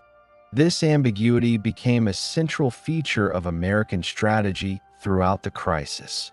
After several weeks of heavy shelling and intermittent clashes, the PRC adjusted its approach. In October 1958, Beijing announced a shift to shelling Kinmen only on odd-numbered days. This arrangement allowed both sides to maintain military pressure without escalating to a full-scale conflict. The practice continued intermittently for 2 decades, becoming symbolic of the unresolved nature of cross-strait relations. The Taiwan Strait crisis clarified the strategic structure of the region. The United States demonstrated its willingness to intervene militarily to prevent a change in the balance of power around Taiwan. The ROC's successful defense of Kinmen and Matsu strengthened its political standing and reinforced its claim to legitimacy. For the PRC, the crises underscored the challenge posed by American naval power and highlighted the difficulty of altering the status quo through direct military action. The PLA's bombardments, though extensive, did not produce the collapse of ROC defenses that Beijing had anticipated. These events also influenced regional and global Cold War calculations. Southeast Asian and Pacific allies of the United States monitored the crises closely, recognizing that the Taiwan question could trigger superpower confrontation. Japan, the Philippines, and Australia viewed American actions as indicators of the credibility of the United States' security commitments. For the Soviet Union and the PRC, the crises demonstrated that the United States maintained significant influence in East Asia despite recent communist victories in China and North Korea. By the end of the 1950s, the Taiwan Strait had become a stable but highly militarized frontier. Taiwan maintained control of Kinmen and Matsu, and the PRC continued to insist that unification remained a central objective. The competing claims produced a prolonged stalemate that shaped the security order of East Asia. The crises of 1954 to 1958 established the pattern in which political rivalry, military deterrence, and external alliances would define cross-strait relations for the remainder of the Cold War. The division of Vietnam at the 17th parallel in 1954 created 2 distinct political entities. In the north, the Democratic Republic of Vietnam, DRV, consolidated control under a centralized political system supported by China and the Soviet Union. In the south, the State of Vietnam, and later the Republic of Vietnam, RVN, did not possess the administrative cohesion or military capacity necessary to stabilize the region. The temporary division established at the Geneva Conference was intended to last until national elections in 1956, but political disagreements and Cold War strategic calculations ensured that the division became permanent. The years that followed produced one of the longest and most consequential conflicts of the Cold War. In 1955, the RVN, under Ngo Dinh Diem, replaced the state of Vietnam following a referendum that removed Bao Dai from authority. Diem's government, backed by the United States, initiated administrative reforms and attempted to strengthen internal security. The United States expanded military and economic assistance through the Military Assistance Advisory Group, MAAG, which oversaw training, equipment distribution, and organizational development for the Army of the Republic of Vietnam, ARVN. United States advisors supported the creation of regional and paramilitary forces to counter internal unrest. However, the RVN faced structural challenges, complex rural social dynamics, fragmented political networks, and limited administrative reach outside major urban areas. Meanwhile, the DRV in the north developed a more coherent state apparatus. Its leadership sought to consolidate political authority through land reform programs, administrative restructuring, and expanded control over production and distribution networks. The DRV maintained a close relationship with the People's Republic of China, which provided training, weapons, logistics, and advisory personnel. The Soviet Union also increased support, supplying equipment and diplomatic backing. These developments strengthened the DRV's capacity to sustain military operations beyond its borders. By 1956, the prospect of national elections mandated by the Geneva Accords collapsed due to irreconcilable differences between North and South. The RVN, supported by the United States, refused to participate, citing concerns over electoral fairness under DRV control. The division of Vietnam became entrenched. In response, the DRV began supporting anti-government forces in the South. The movement gradually coalesced into the National Liberation Front, NLF, organized in 1960 as a political and military structure aimed at undermining the RVN. NLF forces, often referred to as Viet Cong, received weapons, training, and guidance from the DRV's military apparatus. From 1959 onward, infiltration routes from the north expanded. The DRV constructed a logistical network extending through Laos and Cambodia, later known as the Ho Chi Minh Trail. This system, consisting of roads, footpaths, storage depots, and command nodes, enabled the transport of personnel, weapons, and supplies into South Vietnam. It became one of the most extensive covert logistical systems of the Cold War, involving tens of thousands of personnel in engineering, transport, and security roles. By the early 1960s, the conflict escalated. The RVN, despite United States support, struggled to counter the NLF insurgency in rural areas. Local administrative structures eroded under sustained pressure. The collapse of strategic hamlet programs demonstrated the difficulty of securing countryside populations. Political instability intensified in 1963 when widespread unrest emerged against Diem's government.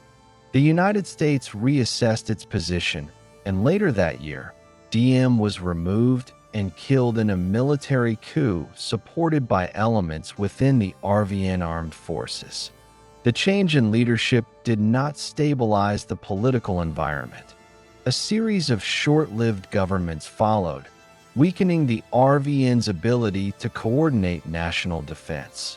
The United States increased its commitment as the situation deteriorated. By 1964, United States advisors numbered in the tens of thousands. In August 1964, the Gulf of Tonkin incident, involving confrontations between United States naval vessels and DRV patrol boats, led to congressional authorization for expanded United States military action. In 1965, the United States initiated sustained air operations against the DRV through Operation Rolling Thunder. That same year, the first United States combat units were deployed to South Vietnam. By 1968, United States troop levels exceeded 500,000, supported by extensive naval and air assets, including carriers operating in the South China Sea and air bases in Thailand, Guam, and South Vietnam. The war now involved major ground operations, coordinated air campaigns, and large-scale logistics networks on both sides. The DRV and NLF operated mobile divisions, supported by regularized supply flows through Laos and Cambodia. China and the Soviet Union provided significant assistance. China deployed engineering and anti-aircraft units inside the DRV to support infrastructure and defend against the United States bombing. The Soviet Union supplied advanced surface-to-air missiles, radar systems, and aircraft. These developments reflected growing competition between the PRC and USSR for influence over Hanoi, even as both maintained support. By 1968, the conflict reached a critical point. The Tet Offensive, launched in January by DRV and NLF forces, targeted major cities, provincial capitals, and military installations across South Vietnam. Although the offensive did not achieve its military objectives, it demonstrated the scale and coordination of the DRV capabilities and undermined perceptions of the United States' progress. The offensive shifted political calculations in Washington and accelerated discussions about altering the United States strategy. In 1969, the United States began implementing Vietnamization, a policy aimed at increasing ARVN capability while reducing the United States' ground presence. United States troop reductions proceeded gradually, while air operations continued throughout the region. The Nixon administration expanded air campaigns into Laos and Cambodia in an effort to disrupt the DRV logistical networks. In 1970, the RVN and United States forces undertook operations in Cambodia, targeting NLF sanctuaries. These actions altered regional dynamics and intensified political instability inside Cambodia, setting conditions that would influence later events. Peace negotiations, initiated in Paris in 1968, progressed slowly. The United States, RVN, DRV, and NLF delegations remained divided over ceasefire terms, political arrangements, and withdrawal schedules. The situation continued to evolve militarily. In 1972, the DRV launched the Easter Offensive, a conventional, multi-division attack across several fronts. United States air power played a significant role in halting the offensive, including operations from carriers and bases across the Pacific. Negotiations advanced further in 1972 to 73. The Paris Peace Accords, signed in January 1973, established a ceasefire, provided for United States troop withdrawal, and outlined political mechanisms for future conflict resolution. The accords did not fully resolve underlying divisions. After the United States withdrawal, the RVN faced increasing pressure from DRV forces, which maintained supply flows and continued preparing for large-scale operations. In 1975, the DRV launched a final offensive.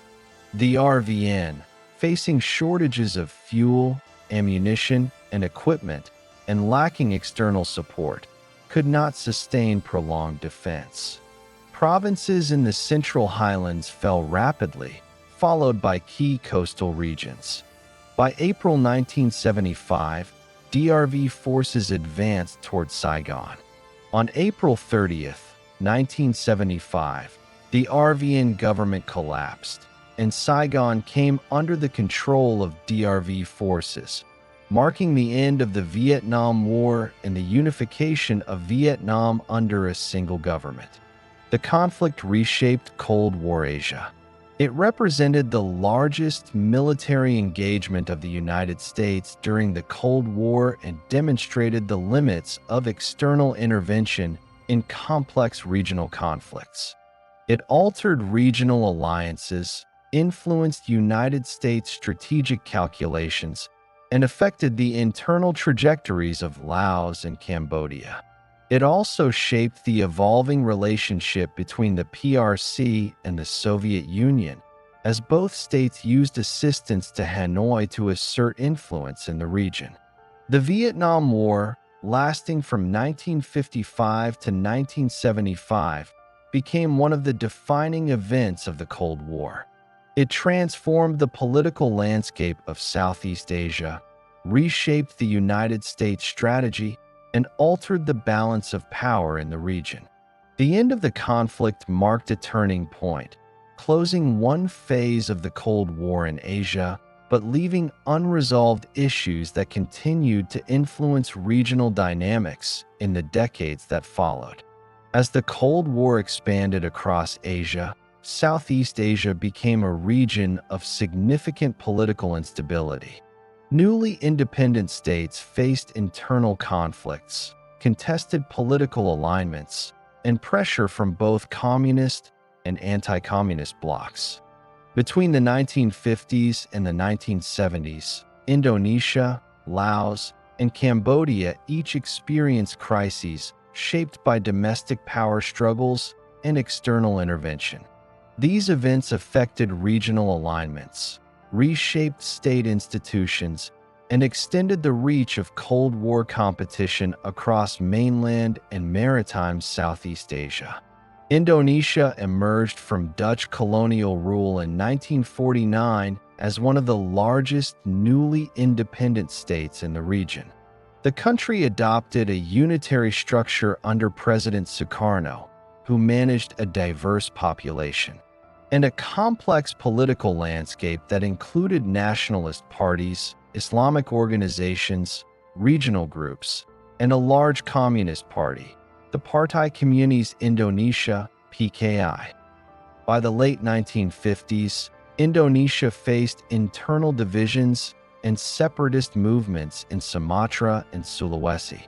Sukarno responded by strengthening central authority and increasing military involvement in national politics. As political tensions accumulated, Sukarno advanced the concept of guided democracy, which concentrated executive power while balancing major political forces. The PKI gained substantial influence during this period, reaching several million members and affiliates through labor unions, peasant organizations, and youth groups. Although Indonesia did not formally align with either Cold War bloc, Sukarno moved closer to Beijing on certain issues. Indonesia hosted the Bandung Conference in 1955, promoting non-alignment but demonstrating that Cold War tensions were increasingly relevant to Southeast Asia. By the early 1960s, the PKI had become one of the largest communist parties outside the Soviet Union and China, contributing to concern among the Indonesian military and Western governments. In 1965, Indonesia entered a period of acute crisis. An attempted coup on September 30th, led by a faction of military officers, resulted in the assassination of senior generals. Events quickly escalated. General Suharto mobilized army units, regained control in Jakarta, and accused the PKI of involvement. Large-scale violence followed. Anti-communist operations conducted by the military, supported in some areas by local groups, led to the deaths of hundreds of thousands of individuals associated with the PKI or suspected of having ties to it. By early 1966, Suharto had assumed effective control of the government.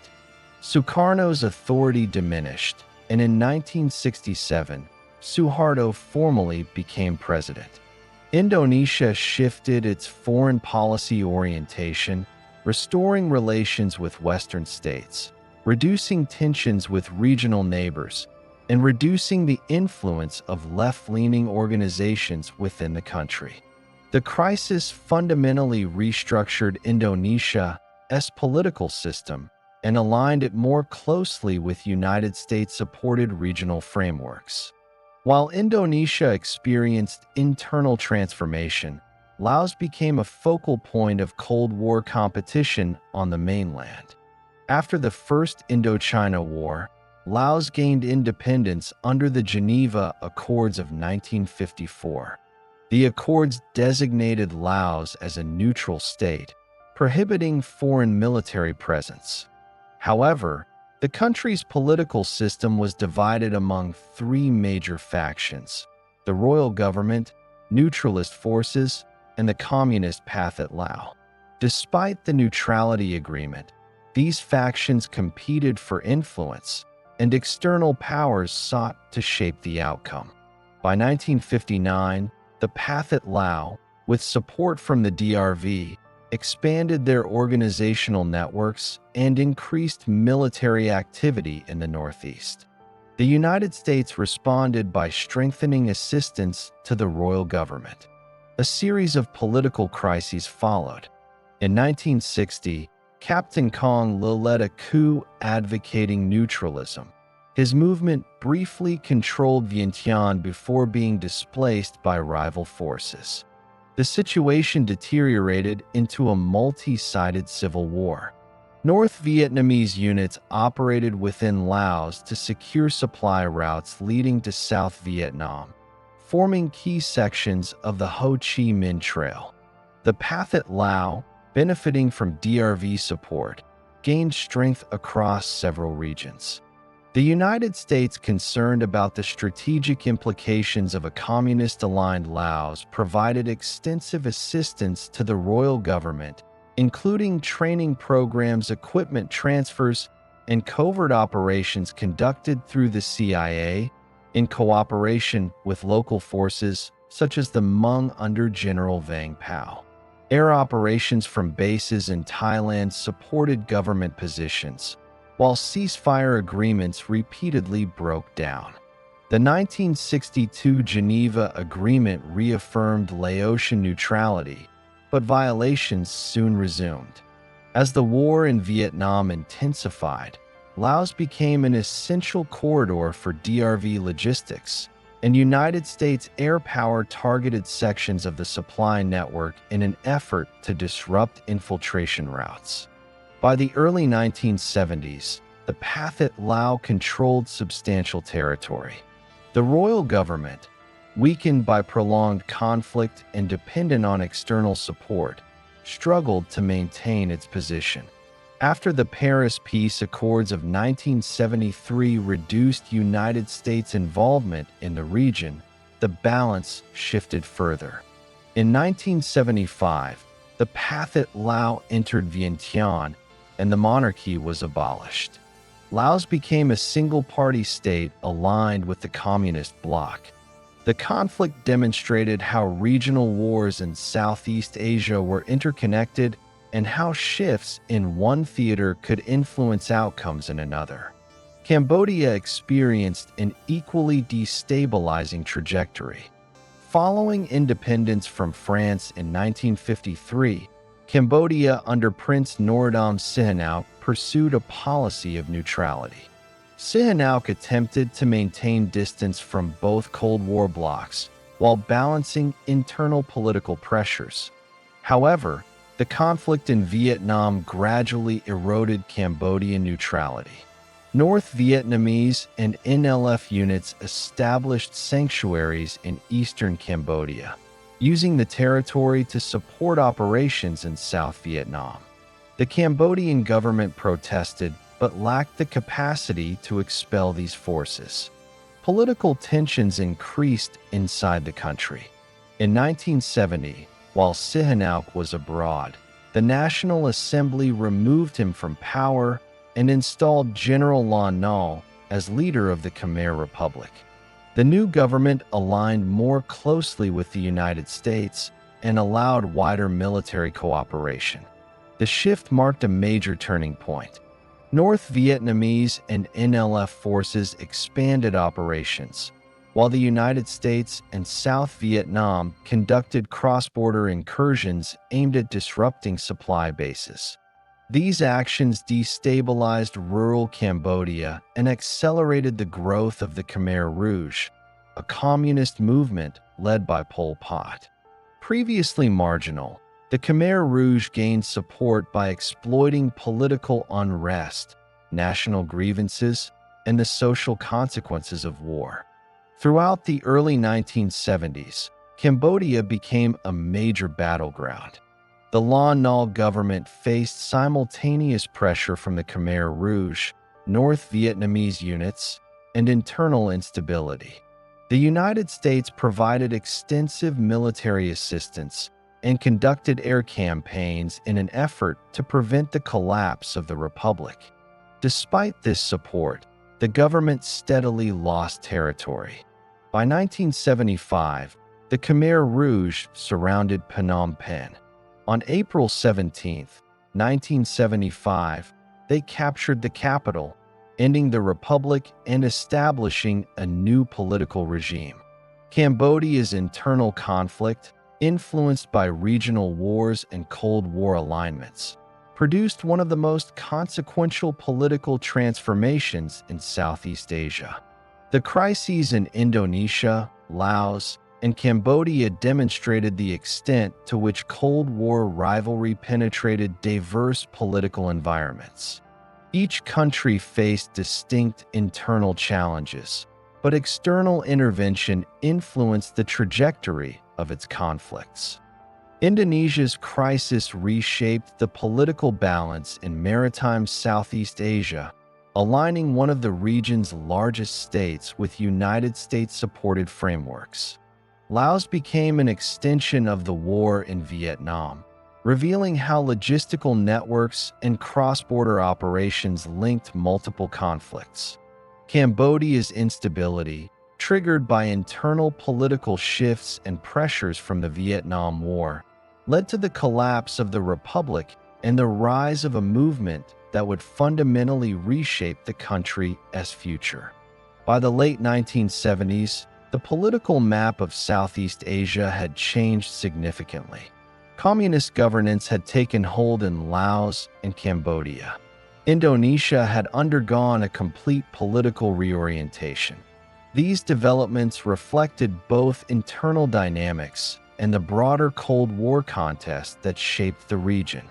The Southeast Asian crises of the 1950s to the mid-1970s demonstrated how Cold War competition, regional conflicts, and domestic politics combined to redefine the strategic landscape of Asia. At the outset of the 1950s, the Soviet Union and the People's Republic of China appeared united.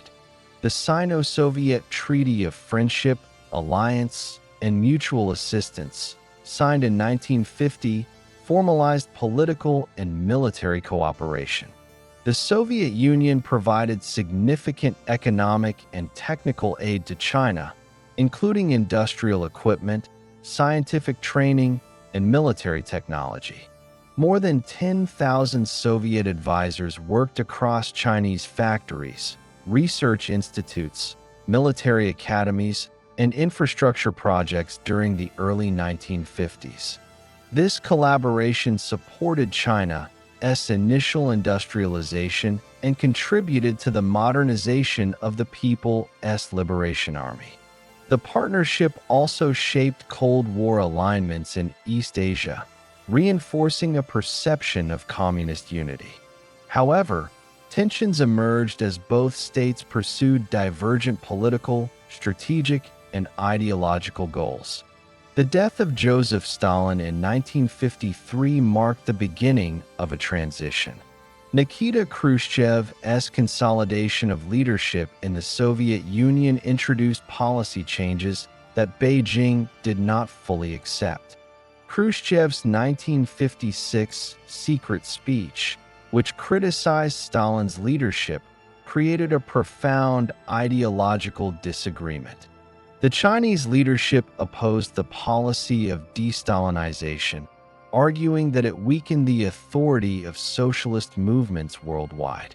At the same time, Mao Zedong's approach to domestic mobilization, including the 100 Flowers Campaign and later the Great Leap Forward, diverged sharply from Soviet economic planning models. By the late 1950s, these differences expanded into strategic disputes.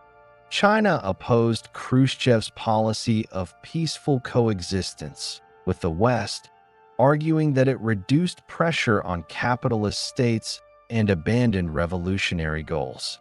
The Soviet Union, for its part, viewed China's positions as destabilizing and potentially dangerous. Tensions increased further over nuclear policy.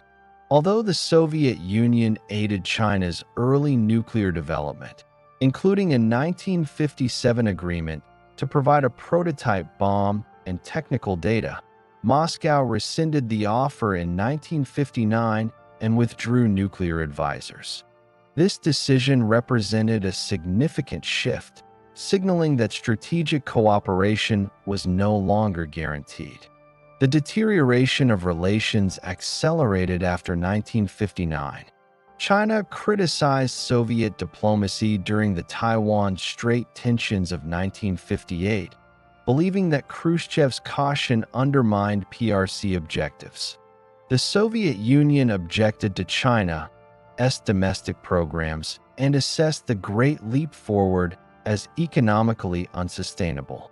Moscow also developed reservations about China's foreign policy, particularly regarding India. After border tensions between China and India escalated in 1959, the Soviet Union pursued a more balanced approach, providing support to India. Beijing interpreted this as evidence of Soviet unreliability. By 1960, the Sino-Soviet relationship entered open conflict. The Soviet Union withdrew all remaining advisors from China, halting hundreds of joint industrial and scientific projects. Factories, research programs, and military initiatives were disrupted, affecting China's development trajectory. Public polemics began to circulate, with each side publishing extensive critiques of the other's ideological positions. The dispute influenced communist parties worldwide, forcing them to navigate between Moscow and Beijing. The split had significant consequences for Asia. In North Korea, Kim Il-sung sought to maintain autonomy by balancing relations with both powers. In Vietnam, the Democratic Republic of Vietnam received substantial assistance from both states, but competition between the Soviet Union and China shaped the scale and nature of their support. China provided training, logistical support, and anti-aircraft units, while the Soviet Union delivered advanced weaponry, including surface-to-air missiles and aircraft. Both states aimed to influence Hanoi's strategic direction. The Sino-Soviet rivalry intensified in the mid-1960s. China's domestic political upheaval, particularly the Cultural Revolution beginning in 1966, altered its foreign policy environment. Red Guard activism and ideological campaigns fueled hostility toward the Soviet Union, which Beijing accused of revisionism. Diplomatic relations deteriorated sharply, and border disputes resurfaced with increasing frequency. Both states expanded military deployments along the lengthy Sino-Soviet frontier. By the late 1960s, an estimated 40 Soviet divisions and substantial armored forces were stationed along the border, while China positioned over 1 million troops in defensive and strategic positions. In 1969, tensions culminated in armed clashes at Junbao Island, Damansky Island in Russian terminology, on the Ushuri River. The confrontation involved infantry engagements and the use of heavy weapons, resulting in casualties on both sides. Additional incidents occurred along other border regions, demonstrating the depth of mistrust. The scale of force mobilization on both sides raised concerns that a wider conflict could develop. The Soviet Union considered various military contingencies, including potential strikes on Chinese nuclear facilities, although no such actions were taken. The Sino-Soviet split reshaped Cold War dynamics in Asia. For the United States, the division between the two largest communist states created new diplomatic opportunities. Washington assessed that the rivalry weakened the cohesion of the communist bloc and offered potential leverage.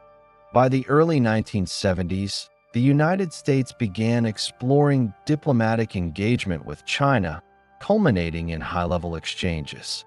These developments altered the strategic balance in Asia and contributed to shifts in regional alignments. The split also influenced the policies of smaller states. North Korea sought greater strategic autonomy. Vietnam navigated between Soviet and Chinese assistance, especially during the Vietnam War, while later tensions between Vietnam and China in the late 1970s grew partly from alignment patterns established during the split. Cambodia's internal developments were also affected, as different factions assessed the implications of Sino-Soviet rivalry. Economically and militarily, the division had lasting consequences. China's industrial and defense programs slowed in the early 1960s due to the withdrawal of Soviet support. The Soviet Union lost a major partner in Asia, forcing it to allocate substantial military resources to the Sino-Soviet frontier. In the broader Cold War context, the split undermined the appearance of a unified communist front, reshaping global ideological competition. By the 1970s, the Sino-Soviet split was entrenched. Diplomatic relations remained strained, military deployments along the border continued, and ideological disputes persisted. The split had become a central feature of Cold War dynamics, influencing conflicts, alliances, and strategic calculations across Asia. It created new alignments, opened pathways for United States, China rapprochement, and redefined the structure of the Cold War in the region. The Sino-Soviet split was not a single event, but a prolonged process driven by ideological disagreements, strategic divergences, and competing national interests. It transformed the Asian geopolitical landscape, reshaped global Cold War competition, and set the stage for the major diplomatic realignments of the 1970s. The end of British colonial rule in 1947 created two independent states in South Asia, India and Pakistan. Their emergence occurred as the global Cold War structure was forming, and both states had to define foreign policy positions while addressing internal challenges. Partition produced widespread displacement and violence, and the first conflict between India and Pakistan began almost immediately over the princely state of Jammu and Kashmir. The decisions made during this period shaped the region's Cold War trajectory for decades. India adopted a policy of non-alignment under Prime Minister Jawaharlal Nehru. The Indian government sought autonomy in foreign affairs and avoided joining military alliances. Non-alignment did not imply neutrality. It allowed India to maintain relationships with both Western and communist states while focusing on domestic development and regional stability. India developed diplomatic ties with the Soviet Union, which expanded significantly during the 1950s and 1960s. Soviet economic and military assistance increased, including support for steel plants, energy projects, and defense modernization. By the mid-1960s, India began acquiring advanced Soviet aircraft, including MiG-21 fighters, marking a deepening strategic partnership. Pakistan adopted a different trajectory. Facing security concerns related to geography and resource distribution, Pakistan sought external support early in its statehood. In 1954, Pakistan joined the Southeast Asia Treaty Organization, SEATO, and, in 1955, the Central Treaty Organization, CENTO. These alliances aligned Pakistan with the United States and the broader Western security network. The United States provided substantial military assistance, including aircraft, armored vehicles, and training programs. By the early 1960s, Pakistan had integrated United States-supplied F-86 Sabres, M24 tanks, and artillery pieces into its armed forces. Pakistan's participation in United States-led alliances also resulted in intelligence cooperation, including the use of Pakistani territory for United States reconnaissance operations during the early Cold War. The first major military conflict between the two states occurred in 1947–48 over Kashmir. Hostilities ended with a UN-mediated ceasefire, establishing a line of control dividing the region. The dispute remained unresolved and would influence future conflicts. Tensions continued throughout the 1950s as both states built their military capacities. India expanded its conventional forces, while Pakistan deepened its ties with the United States and developed military capabilities through Western assistance programs. By the early 1960s, South Asia's strategic environment had become more complex.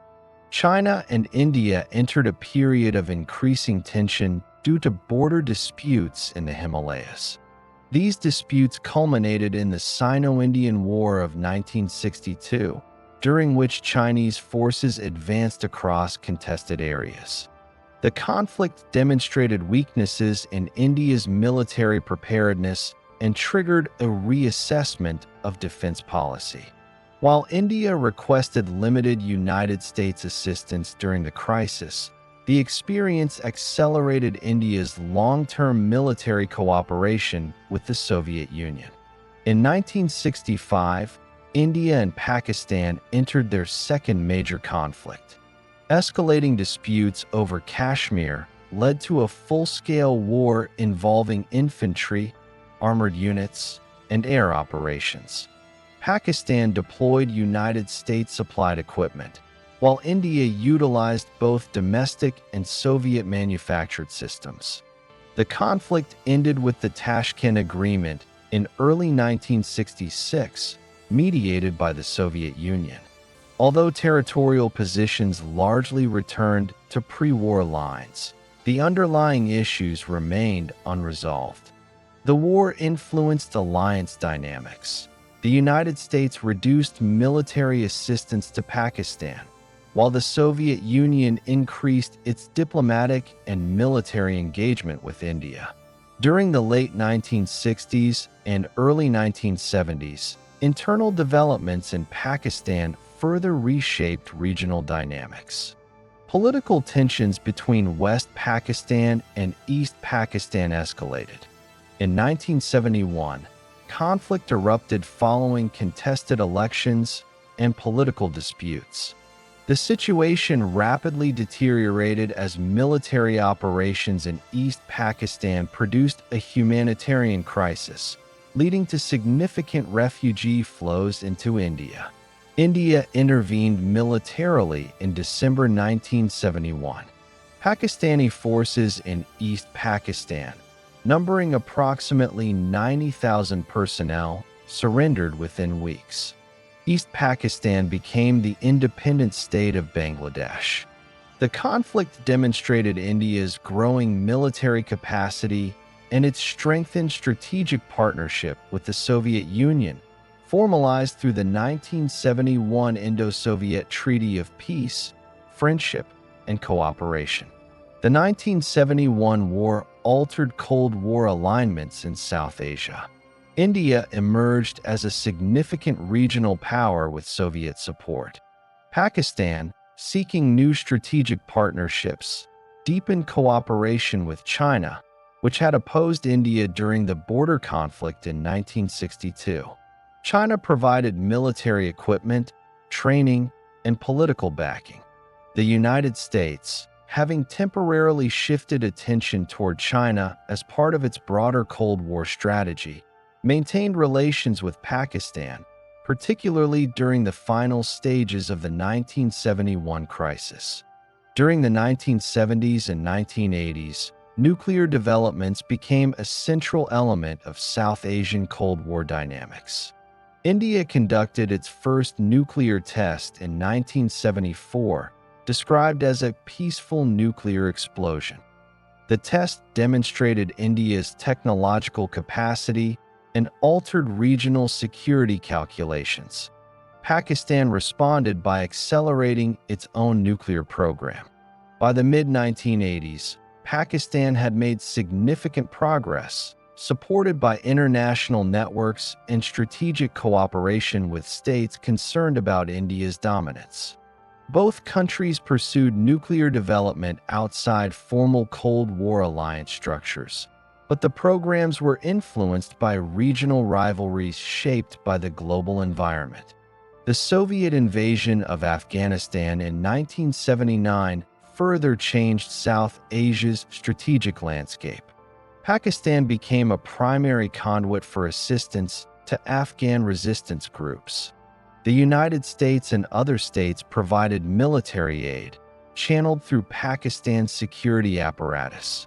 Pakistan's importance within the United States Cold War framework increased substantially during this period. India, maintaining its non-aligned position, continued cooperation with the Soviet Union while balancing relations with other powers. By the late 1980s, South Asia remained deeply shaped by Cold War competition. India maintained strong ties with the Soviet Union, extensive defense cooperation, and growing domestic military capacity. Pakistan remained aligned with the United States and China, with significant military assistance and intelligence partnerships. Both states continued to invest in nuclear programs, adding a new dimension to regional security. The unresolved dispute over Kashmir, periodic border tensions, and shifting alignments ensured that South Asia remained a significant Cold War theater. The end of the Cold War in 1991 coincided with major changes across the region. The dissolution of the Soviet Union removed India's principal strategic partner, prompting adjustments in its foreign policy. Pakistan reassessed its security relationships as global attention shifted after the Afghanistan conflict. The long rivalry between India and Pakistan, shaped by partition, conflict, alliances, and nuclear development, remained a defining regional issue. From 1947 to 1991, South Asia developed a unique Cold War dynamic shaped by competing national interests, ideological alignments, and regional conflicts. India pursued non-alignment while building a strategic partnership with the Soviet Union. Pakistan joined Western alliances and strengthened ties with China. Wars in 1947 to 48, 1965, and 1971, along with nuclear developments and the impact of the Afghan conflict, defined the region's strategic evolution. These patterns continued to influence South Asia long after the Cold War concluded. By the early 1970s, the international environment surrounding the Cold War in Asia had changed significantly. The Sino-Soviet Split had transformed the global balance of power. China and the Soviet Union were no longer aligned. Instead, they had become adversaries, each deploying substantial military forces along their shared border. The United States recognized that this division presented a strategic opportunity. Washington sought a shift in policy that could reshape Cold War dynamics, reduce tensions in East Asia, and alter the strategic relationship among the major powers. Between 1971 and 1979, a sequence of diplomatic initiatives fundamentally changed United States-China relations and reconfigured the Asian geopolitical landscape. The first significant step occurred in 1971. Although public hostility between the United States and China had persisted since the early 1950s, informal signals suggested that Beijing was reassessing its foreign policy priorities. China's leadership recognized that the Soviet Union posed an increasing threat. Border clashes in 1969, combined with Soviet deployments amounting to dozens of divisions, reinforced Chinese concerns. China also sought greater international recognition and access to diplomatic channels that had been constrained due to its exclusion from major global institutions. In April 1971, an unexpected development accelerated diplomatic contact. The United States table tennis team, invited to visit China after interactions at the World Table Tennis Championships, became the first formal American delegation to travel to the PRC since 1949. The event, later described as ping-pong diplomacy, indicated that Beijing was open to reconsidering diplomatic isolation. The United States responded by relaxing certain trade and travel restrictions. This exchange signaled the beginning of direct communication between the two governments. The decisive breakthrough occurred through secret diplomacy. On 9 to 11 July 1971, United States National Security Advisor Henry Kissinger traveled secretly to Beijing, meeting with Premier Zhou Enlai. During these meetings, both sides outlined their strategic assessments. China emphasized its concerns about the Soviet Union and the need to counterbalance Soviet influence in Asia. The United States saw an opportunity to reshape regional dynamics, influence the course of the Vietnam War, and create a more flexible Cold War alignment. The outcome of the discussions was an agreement that President Richard Nixon would visit China the following year. In October 1971, the United Nations General Assembly recognized the People's Republic of China as the legitimate representative of China, replacing the Republic of China, Taiwan. The vote shifted China's position in international diplomacy and gave Beijing a permanent seat on the UN Security Council. The change reflected broader global recognition of China's political and strategic importance. In February 1972, President Nixon traveled to Beijing. The visit marked a major turning point in Cold War history.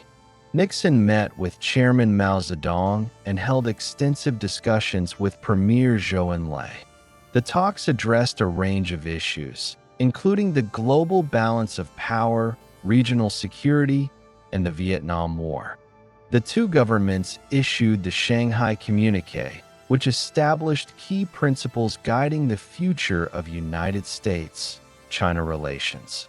The communique acknowledged the existence of disagreements, particularly regarding Taiwan, but emphasized the importance of dialogue, the normalization of relations, and opposition to efforts by any state to dominate the Asia-Pacific region.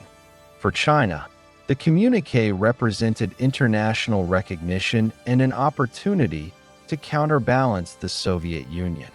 For the United States, the engagement demonstrated diplomatic flexibility and a new approach to the Cold War. Following the 1972 visit, both governments expanded contacts. Liaison offices were established in Washington and Beijing in 1973, enabling regular communication and diplomatic coordination. Trade and scientific exchanges increased, and bilateral negotiations continued on issues related to regional security. China also adjusted aspects of its foreign policy, improving relations with several Asian states and becoming more active in international institutions. United States, China coordination influenced developments in both Southeast and Northeast Asia. China signaled that it would not obstruct the United States' disengagement from Vietnam while maintaining support for North Vietnam. The United States, in turn, used its relationship with China to place pressure on the Soviet Union in arms control negotiations. The evolving alignment affected calculations in Japan, South Korea, and Taiwan. Japan moved quickly to normalize relations with China in 1972, ending its formal ties with Taiwan. South Korea monitored regional implications closely, while Taiwan faced a recalibration of its diplomatic position. The issue of Taiwan remained central in the normalization process. The United States continued to maintain security commitments under the 1954 United States ROC Mutual Defense Treaty, while acknowledging China's position regarding Taiwan. The Shanghai Communique stated that the United States does not challenge the view that Taiwan is part of China, but it did not end American relations with Taipei. The two-track structure of United States engagement, improving relations with Beijing while maintaining defense cooperation with Taiwan, marked a transitional phase. Throughout the mid-1970s, domestic political developments in the United States and China influenced the pace of normalization. In the United States, changes in administration required continued diplomatic effort to sustain the shift initiated in 1971 to 72. In China, leadership adjustments after the Cultural Revolution affected foreign policy focus. Despite these factors, negotiations continued on issues including diplomatic recognition, trade agreements, and regional security. The final stage of normalization occurred in 1978 to 1979.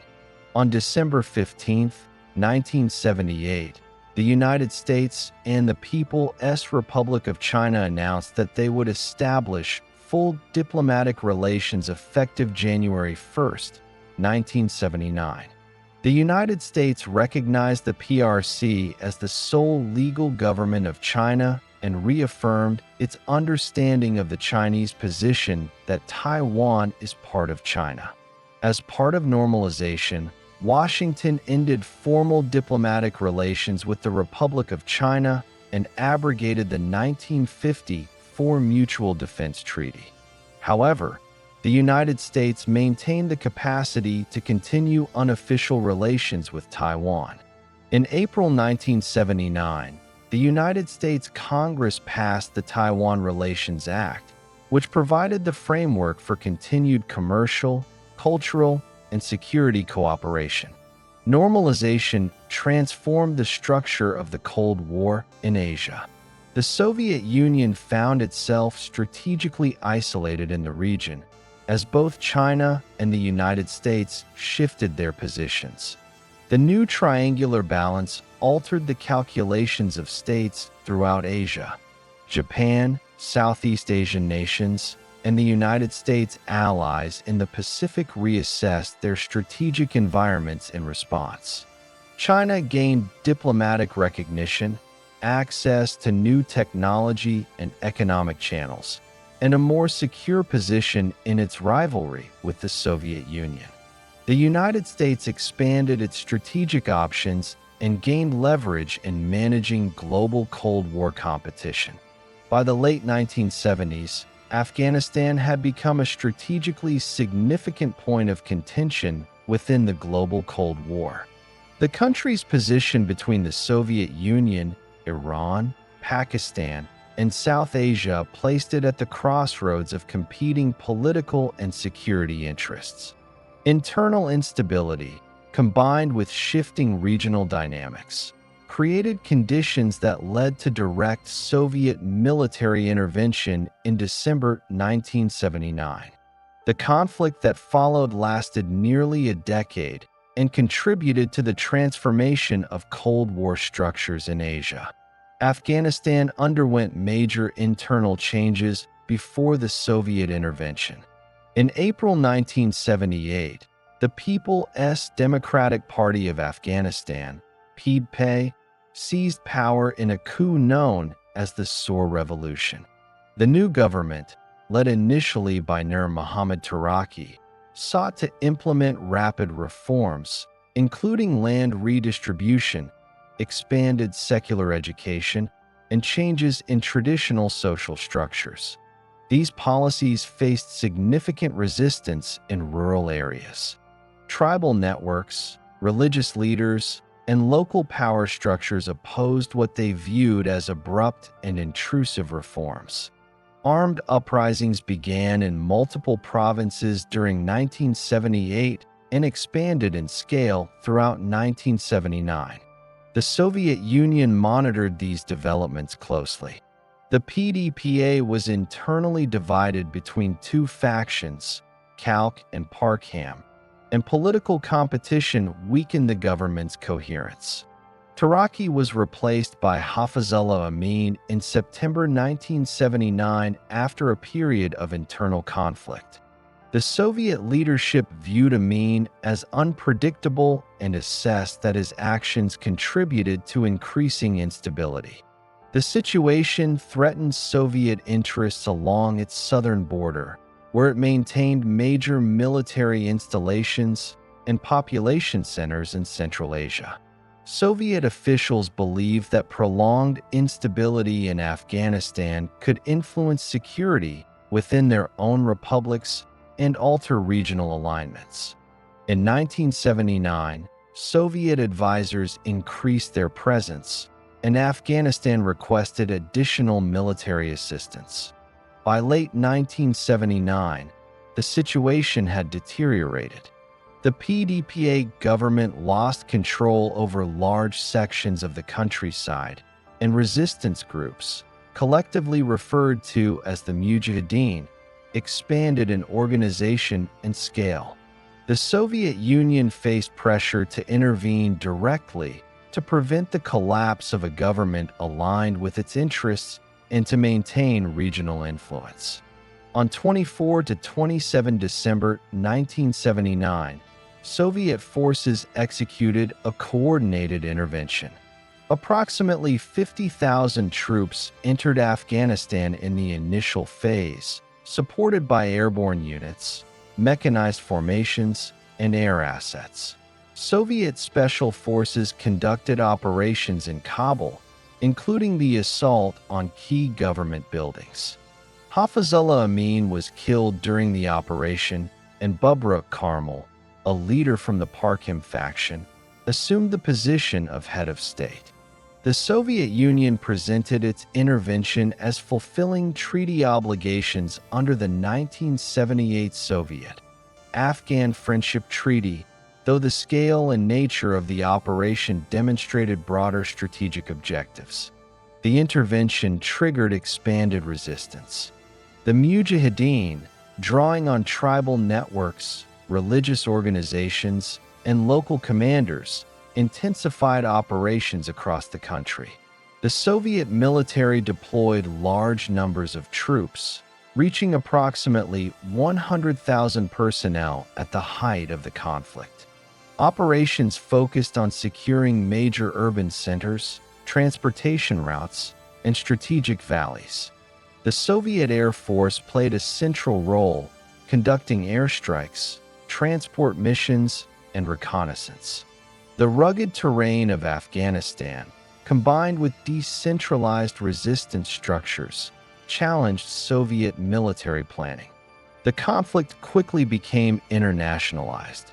Pakistan played a central role in supporting the Mujahideen. The Pakistani Inter-Services Intelligence, ISI, coordinated training, logistics, and distribution of supplies. Millions of Afghan refugees entered Pakistan, creating social and administrative challenges that further tied Pakistan to the conflict. The United States increased its involvement through covert assistance. Working with Pakistan, the United States provided weapons, ammunition, communications equipment, and financial support to resistance groups. These efforts expanded during the early 1980s. China, concerned about Soviet influence along its western frontier, also provided equipment and training to certain Mujahideen factions. Middle Eastern states, including Saudi Arabia, contributed funding.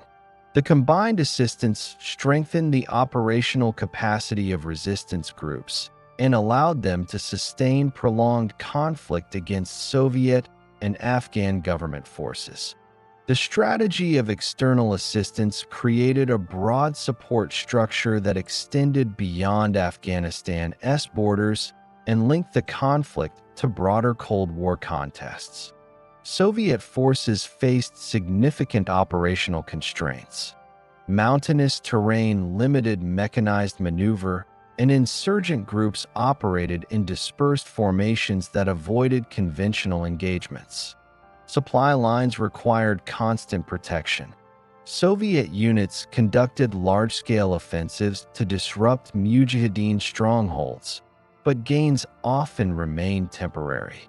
The Afghan government's armed forces, affected by desertions and political fragmentation, became increasingly dependent on Soviet support. Despite significant resources, the conflict did not move toward resolution. By the mid-1980s, the war imposed substantial economic and political costs on the Soviet Union. Casualty rates increased. Estimates indicate that Soviet losses exceeded 13,000 personnel by the end of the conflict, with additional injuries numbering in the tens of thousands. Economic pressures mounted, and the intervention contributed to broader strains within the Soviet system. In 1985, Mikhail Gorbachev became General Secretary of the Communist Party of the Soviet Union. He reassessed the intervention, describing Afghanistan as a burden and initiating discussions about withdrawal. During the late 1980s, the conflict entered a transitional phase. The United States expanded support to resistance groups, including the provision of advanced weaponry such as the FIM-92 Stinger missile system. The introduction of these systems in 1986 reduced Soviet air mobility and increased risks for helicopter operations. The Soviet Union, meanwhile, attempted to strengthen the Afghan government under Mohammad Najibullah, who replaced Bubrak Karmal in 1986. Najibullah introduced policies aimed at reconciliation and administrative reform, but the conflict persisted. Negotiations gained momentum as both sides recognized the need for a political settlement. Diplomatic efforts led to the Geneva Accords, signed in April 1988 by Afghanistan and Pakistan, with the United States and the Soviet Union acting as guarantors. The accords established a timetable for Soviet withdrawal and outlined non-interference commitments. The Soviet military began withdrawing forces in May 1988. The withdrawal proceeded in phases, with major units departing along northern routes. The final Soviet troops crossed the border on February 15, 1989. The Soviet-Afghan War altered Cold War dynamics in Asia. The conflict weakened the Soviet Union militarily, economically, and politically. It intensified United States-Pakistan cooperation, increased China's regional role, and contributed to shifts in alignment that influenced events across South and Central Asia. Afghanistan itself remained unstable after the Soviet withdrawal, and the conflict's effects extended into the post-Cold War period. By 1989, the Soviet exit marked the end of one of the final major Cold War military engagements in Asia. The war demonstrated the limits of external intervention in complex internal conflicts and contributed to the broader weakening of the Soviet system, which would collapse 2 years later in 1991. By the end of the 1980s, the Cold War structure that had shaped Asia since 1945 was undergoing a fundamental transformation. The Soviet Union, a central actor in the region for more than 4 decades, faced severe economic strain, political fragmentation, and declining global influence. Its withdrawal from Afghanistan in 1989 marked a significant retreat from forward positions in Asia. At the same time, shifts in alliances, economic transitions, and internal reforms contributed to a reconfiguration of the region's geopolitical landscape. The formal dissolution of the Soviet Union in 1991 brought the Asian dimension of the Cold War to a definitive close. The decline of Soviet power was gradual but unmistakable.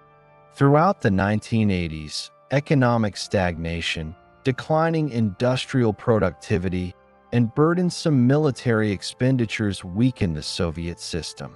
The war in Afghanistan added high financial and personnel costs. Soviet influence in Asia, which had reached its peak in the 1970s through alliances with Vietnam, Mongolia, and India, began to diminish as domestic constraints limited Moscow's external commitments.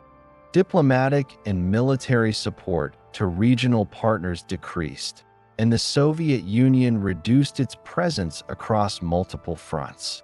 Internal reform efforts accelerated the process. Under Mikhail Gorbachev, policies of perestroika and glasnost reopened political space and altered foreign policy priorities. Gorbachev sought to reduce Cold War tensions, limit overseas engagements, and shift resources toward domestic restructuring.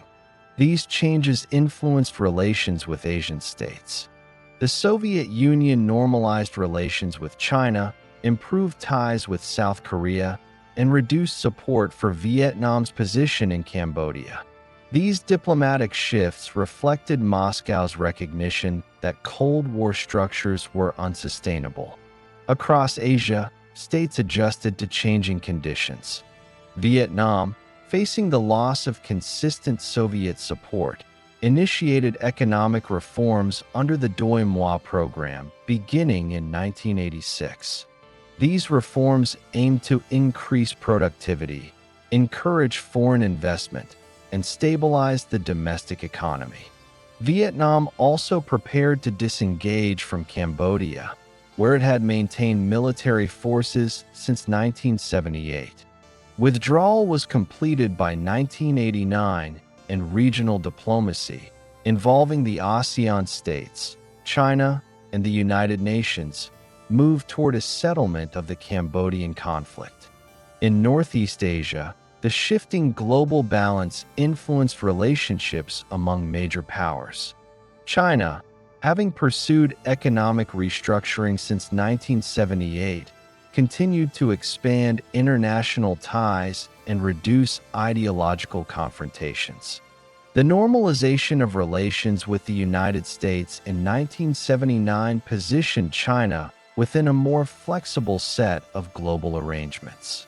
By the late 1980s, China also improved relations with the Soviet Union, culminating in the 1989 Beijing summit between Gorbachev and Deng Xiaoping. This development ended decades of hostility and redefined the geopolitical structure of the region. Korea remained divided, but the regional environment around the peninsula changed. South Korea expanded diplomatic outreach, normalizing relations with the Soviet Union in 1990. North Korea, facing the loss of Soviet subsidies and declining economic support, entered a period of increasing strain. Although the immediate effects were limited, the end of Soviet assistance would have long-term consequences for the stability of the North Korean economy. In South Asia, the end of the Cold War affected alliance structures. India's long-standing defense and economic partnership with the Soviet Union required adjustment as the Soviet system collapsed. Pakistan's position also shifted as the strategic emphasis that had developed during the Soviet-Afghan War diminished. The geopolitical configurations that had defined South Asia since the 1950s entered a period of reassessment, but core regional rivalries persisted independently of Cold War alignments. The central event marking the end of the Cold War in Asia occurred in December 1991. The Soviet Union formally dissolved after a period of internal fragmentation and political instability. Its constituent republics declared independence, and the Russian Federation emerged as the successor state. The collapse removed one of the two principal actors that had structured Asian geopolitics since 1945. Soviet military forces stationed in Mongolia, Vietnam, and other locations faced withdrawal or reorganization. Long-standing agreements were renegotiated, and regional states adapted to the absence of a major power that had previously exerted significant influence. The consequences for Asia were substantial. The ideological framework that had divided the continent into competing blocs no longer applied. Communist governments in Asia retained power where they had consolidated institutional structures: China, Vietnam, North Korea, and Laos. But the external support networks that had sustained them changed significantly. The United States remained a major strategic actor, maintaining alliances with Japan, South Korea, the Philippines, Thailand, and Australia. However, the nature of these alliances evolved in a post-Cold War environment that emphasized economic integration and new security challenges. In Southeast Asia, the end of the Cold War contributed to regional stabilization. The resolution of the Cambodian conflict advanced through the 1991 Paris peace agreements, creating conditions for United Nations involvement and eventual national elections. ASEAN expanded its diplomatic influence and prepared to integrate additional member states. The shift away from superpower confrontation allowed regional governments to focus on economic development and domestic consolidation. In Central Asia, the dissolution of the Soviet Union resulted in the emergence of new independent states, including Kazakhstan, Uzbekistan, Turkmenistan, Kyrgyzstan, and Tajikistan. Although Central Asia was not a primary battleground of the Cold War, the creation of new states required attention from regional powers and altered the strategic geography of Asia. By the end of 1991, the Cold War in Asia had concluded. The structural rivalry that began in 1945 depended on the competition between the United States and the Soviet Union. With one of these actors gone, the framework of the conflict ceased to exist. The political, military, and ideological divisions that had shaped decades of regional history were replaced by new dynamics, including economic reform, regional diplomacy, and post-Cold War realignments. The end of the Cold War did not resolve all regional tensions. Territorial disputes, internal conflicts, and long-standing rivalries persisted in several areas. However, the dissolution of the Soviet Union marked the definitive conclusion of the Asian Cold War. It ended a 46-year period in which the continent's political, strategic, and economic structures were fundamentally shaped by global bipolar competition. The transition into the post-Cold War era brought new challenges, but it also marked the end of a major chapter in the modern history of Asia.